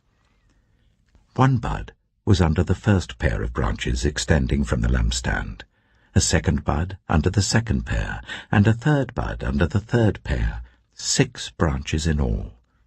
The buds and the branches were all of one piece with the lampstand, hammered out of pure gold. They made its 7 lamps, as well as its wick trimmers and trays, of pure gold. They made the lampstand and all its accessories from 1 talent of pure gold. They made the altar of incense out of acacia wood. It was square, 1 cubit long and 1 cubit wide and 2 cubits high, its horns of one piece with it. They overlaid the top and all the sides and the horns with pure gold and made a gold moulding around it. They made 2 gold rings below the moulding, 2 on each of the opposite sides to hold the poles used to carry it. They made the poles of acacia wood and overlaid them with gold. They also made the sacred anointing oil and the pure, fragrant incense, the work of a perfumer. Exodus chapter 38. They built the altar of burnt offering of acacia wood, 3 cubits high. It was square, 5 cubits long and 5 cubits wide. They made a horn at each of the 4 corners, so that the horns and the altar were of one piece, and they overlaid the altar with bronze. They made all its utensils of bronze, its pots, shovels, sprinkling bowls, meat forks, and fire pans. They made a grating for the altar, a bronze network to be under its ledge halfway up the altar. They cast bronze rings to hold the poles for the 4 corners of the bronze grating. They made the poles of acacia wood and overlaid them with bronze. They inserted the poles into the rings so they would be on the sides of the altar for carrying it. They made it hollow out of boards. They made the bronze basin and its bronze stand from the mirrors of the women who served at the entrance to the tent of meeting. Next they made the courtyard. The south side was 100 cubits long and had curtains of finely twisted linen with 20 posts and 20 bronze bases, and with silver hooks and bands on the posts. The north side was also 100 cubits long and had 20 posts and 20 bronze bases with silver hooks and bands on the posts. The west end was 50 cubits wide and had curtains with 10 posts and 10 bases with silver hooks and bands on the posts. The east end, towards the sunrise, was also 50 cubits wide. Curtains 15 cubits long were on one side of the entrance with 3 posts and 3 bases, and curtains 15 cubits long were on the other side of the entrance to the courtyard with 3 posts and 3 bases. All the curtains around the courtyard were of finely twisted linen. The bases for the posts were bronze. The hooks and bands on the posts were silver, and their tops were overlaid with silver. So all the posts of the courtyard had silver bands. The curtain for the entrance to the courtyard was made of blue, purple, and scarlet yarn, and finely twisted linen, the work of an embroiderer. It was 20 cubits long, and, like the curtains of the courtyard, 5 cubits high, with 4 posts and 4 bronze bases. Their hooks and bands were silver, and their tops were overlaid with silver. All the tent pegs of the tabernacle, and of the surrounding courtyard, were bronze. These are the amounts of the material used for the tabernacle of the covenant law, which were recorded at Moses' command by the Levites under the direction of Itamar, son of Aaron the priest. Bezalel, son of Uri, the son of Hur of the tribe of Judah, made everything the Lord commanded Moses. With him was Aholiab, son of Ahisamach, of the tribe of Dan, an engraver and designer and an embroiderer, in blue, purple, and scarlet yarn and fine linen. The total amount of the gold from the wave offering used for all the work on the sanctuary was 29 talents and 730 shekels, according to the sanctuary shekel. The silver obtained from those of the community who were counted in the census was 100 talents and 1,775 shekels, according to the sanctuary shekel. 1 beaker per person, that is half a shekel, according to the sanctuary shekel, from everyone who had crossed over to those counted 20 years old or more, a total of 603,550 men. The 100 talents of silver were used to cast the bases for the sanctuary and for the curtain. 100 bases from the 100 talents, 1 talent for each base. They used the 1,775 shekels to make the hooks for the posts, to overlay the tops of the posts, and to make their bands. The bronze from the wave offering was 70 talents and 2,400 shekels. They used it to make the bases for the entrance to the tent of meeting, the bronze altar with its bronze grating, and all its utensils. the bases for the surrounding courtyard, and those for its entrance, and all the tent pegs for the tabernacle, and those for the surrounding courtyard. Exodus chapter 39. From the blue, purple, and scarlet yarn, they made woven garments for ministering in the sanctuary. They also made sacred garments for Aaron, as the Lord commanded Moses. They made the ephod of gold and of blue, purple, and scarlet yarn, and of finely twisted linen. They hammered out thin sheets of gold, and cut strands to be worked into the blue, purple, and scarlet yarn and fine linen, the work of skilled hands. They made shoulder pieces for the ephod, which were attached to 2 of its corners, so that it could be fastened. Its skillfully woven waistband was like it, of 1 piece with the ephod, and made with gold, and with blue, purple, and scarlet yarn, and with finely twisted linen, as the Lord commanded Moses. They mounted the onyx stones in gold filigree settings, and engraved them like a seal with the names of the sons of Israel. Then they fastened them on the shoulder pieces of the ephod as memorial stones for the sons of Israel, as the Lord commanded Moses. They fashioned the breastpiece, the work of a skilled craftsman. They made it like the ephod, of gold, and of blue, purple, and scarlet yarn, and of finely twisted linen. It was square, a span long and a span wide, and folded double. Then they mounted 4 rows of precious stones on it. The first row was carnelian, chrysolite, and beryl. The second row was turquoise, lapis lazuli, and emerald. The third row was jacinth, agate, and amethyst. The fourth row was topaz, onyx, and jasper. They were mounted in gold filigree settings. There were 12 stones, 1 for each of the names of the sons of Israel, each engraved like a seal with the name of one of the 12 tribes. For the breastpiece, they made braided chains of pure gold, like a rope. They made 2 gold filigree settings and 2 gold rings, and fastened the rings to 2 of the corners of the breastpiece.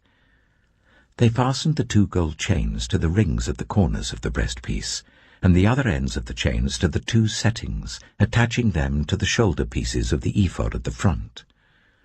They made 2 gold rings, and attached them to the other 2 corners of the breastpiece on the inside edge next to the ephod. Then they made 2 more gold rings, and attached them to the bottom of the shoulder pieces on the front of the ephod, close to the seam just above the waistband of the ephod. They tied the rings of the breastpiece to the rings of the ephod with blue cord, connecting it to the waistband, so that the breastpiece would not swing out from the ephod, as the Lord commanded Moses.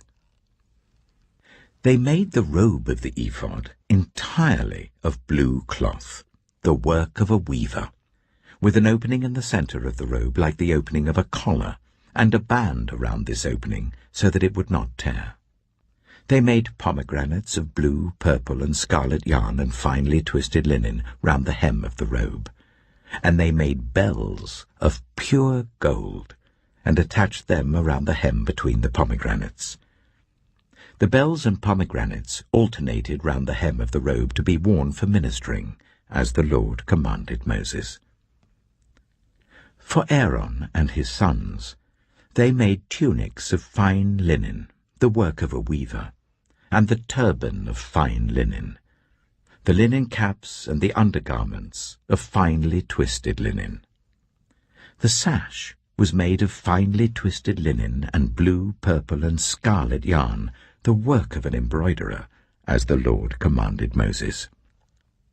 They made the plate, the sacred emblem, out of pure gold, and engraved on it, like an inscription on a seal, "Holy to the Lord." Then they fastened a blue cord to it to attach it to the turban, as the Lord commanded Moses. So all the work on the tabernacle, the tent of meeting, was completed. The Israelites did everything just as the Lord commanded Moses.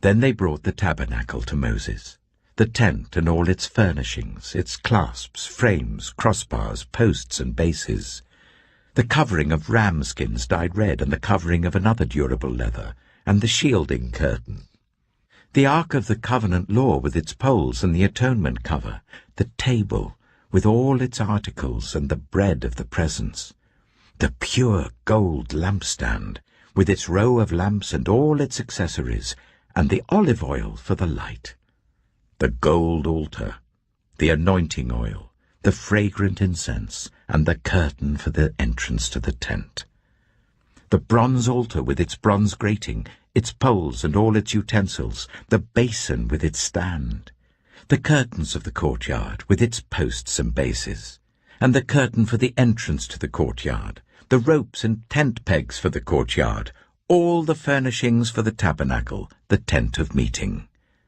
and the woven garments worn for ministering in the sanctuary, both the sacred garments for Aaron the priest and the garments for his sons when serving as priests.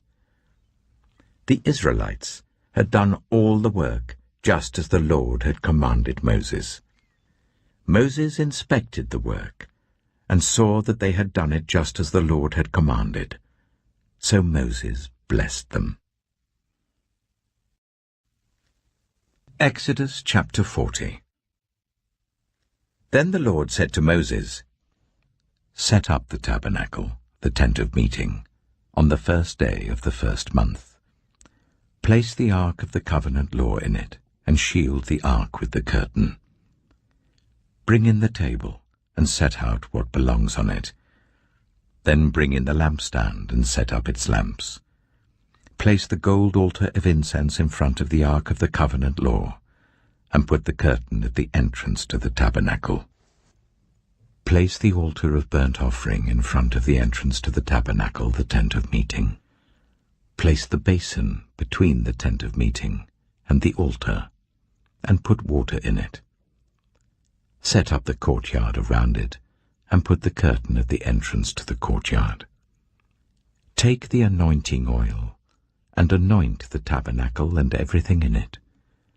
Consecrate it and all its furnishings, and it will be holy.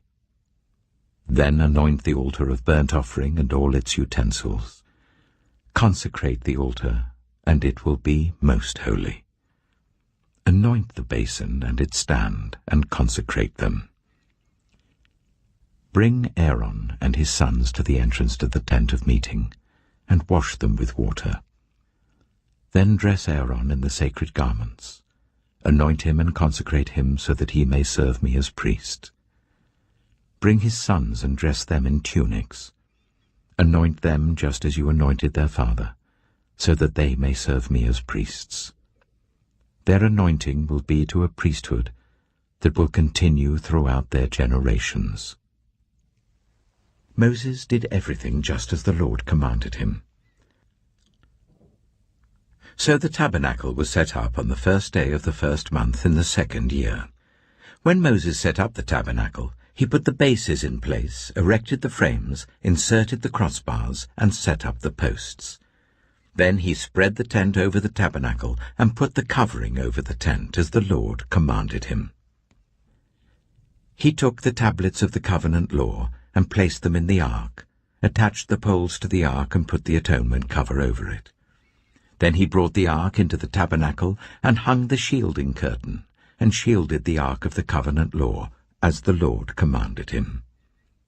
Moses placed the table in the tent of meeting on the north side of the tabernacle outside the curtain and set out the bread on it before the Lord, as the Lord commanded him. He placed the lampstand in the tent of meeting opposite the table on the south side of the tabernacle and set up the lamps before the Lord, as the Lord commanded him. Moses placed the gold altar in the tent of meeting in front of the curtain and burned fragrant incense on it, as the Lord commanded him. Then he put up the curtain at the entrance to the tabernacle. He set the altar of burnt offering near the entrance to the tabernacle, the tent of meeting, and offered on it burnt offerings and grain offerings, as the Lord commanded him. He placed the basin between the tent of meeting and the altar and put water in it for washing, and Moses and Aaron and his sons used it to wash their hands and feet. They washed whenever they entered the tent of meeting or approached the altar, as the Lord commanded Moses. Then Moses set up the courtyard around the tabernacle and altar, and put the curtain at the entrance to the courtyard. And so Moses finished the work.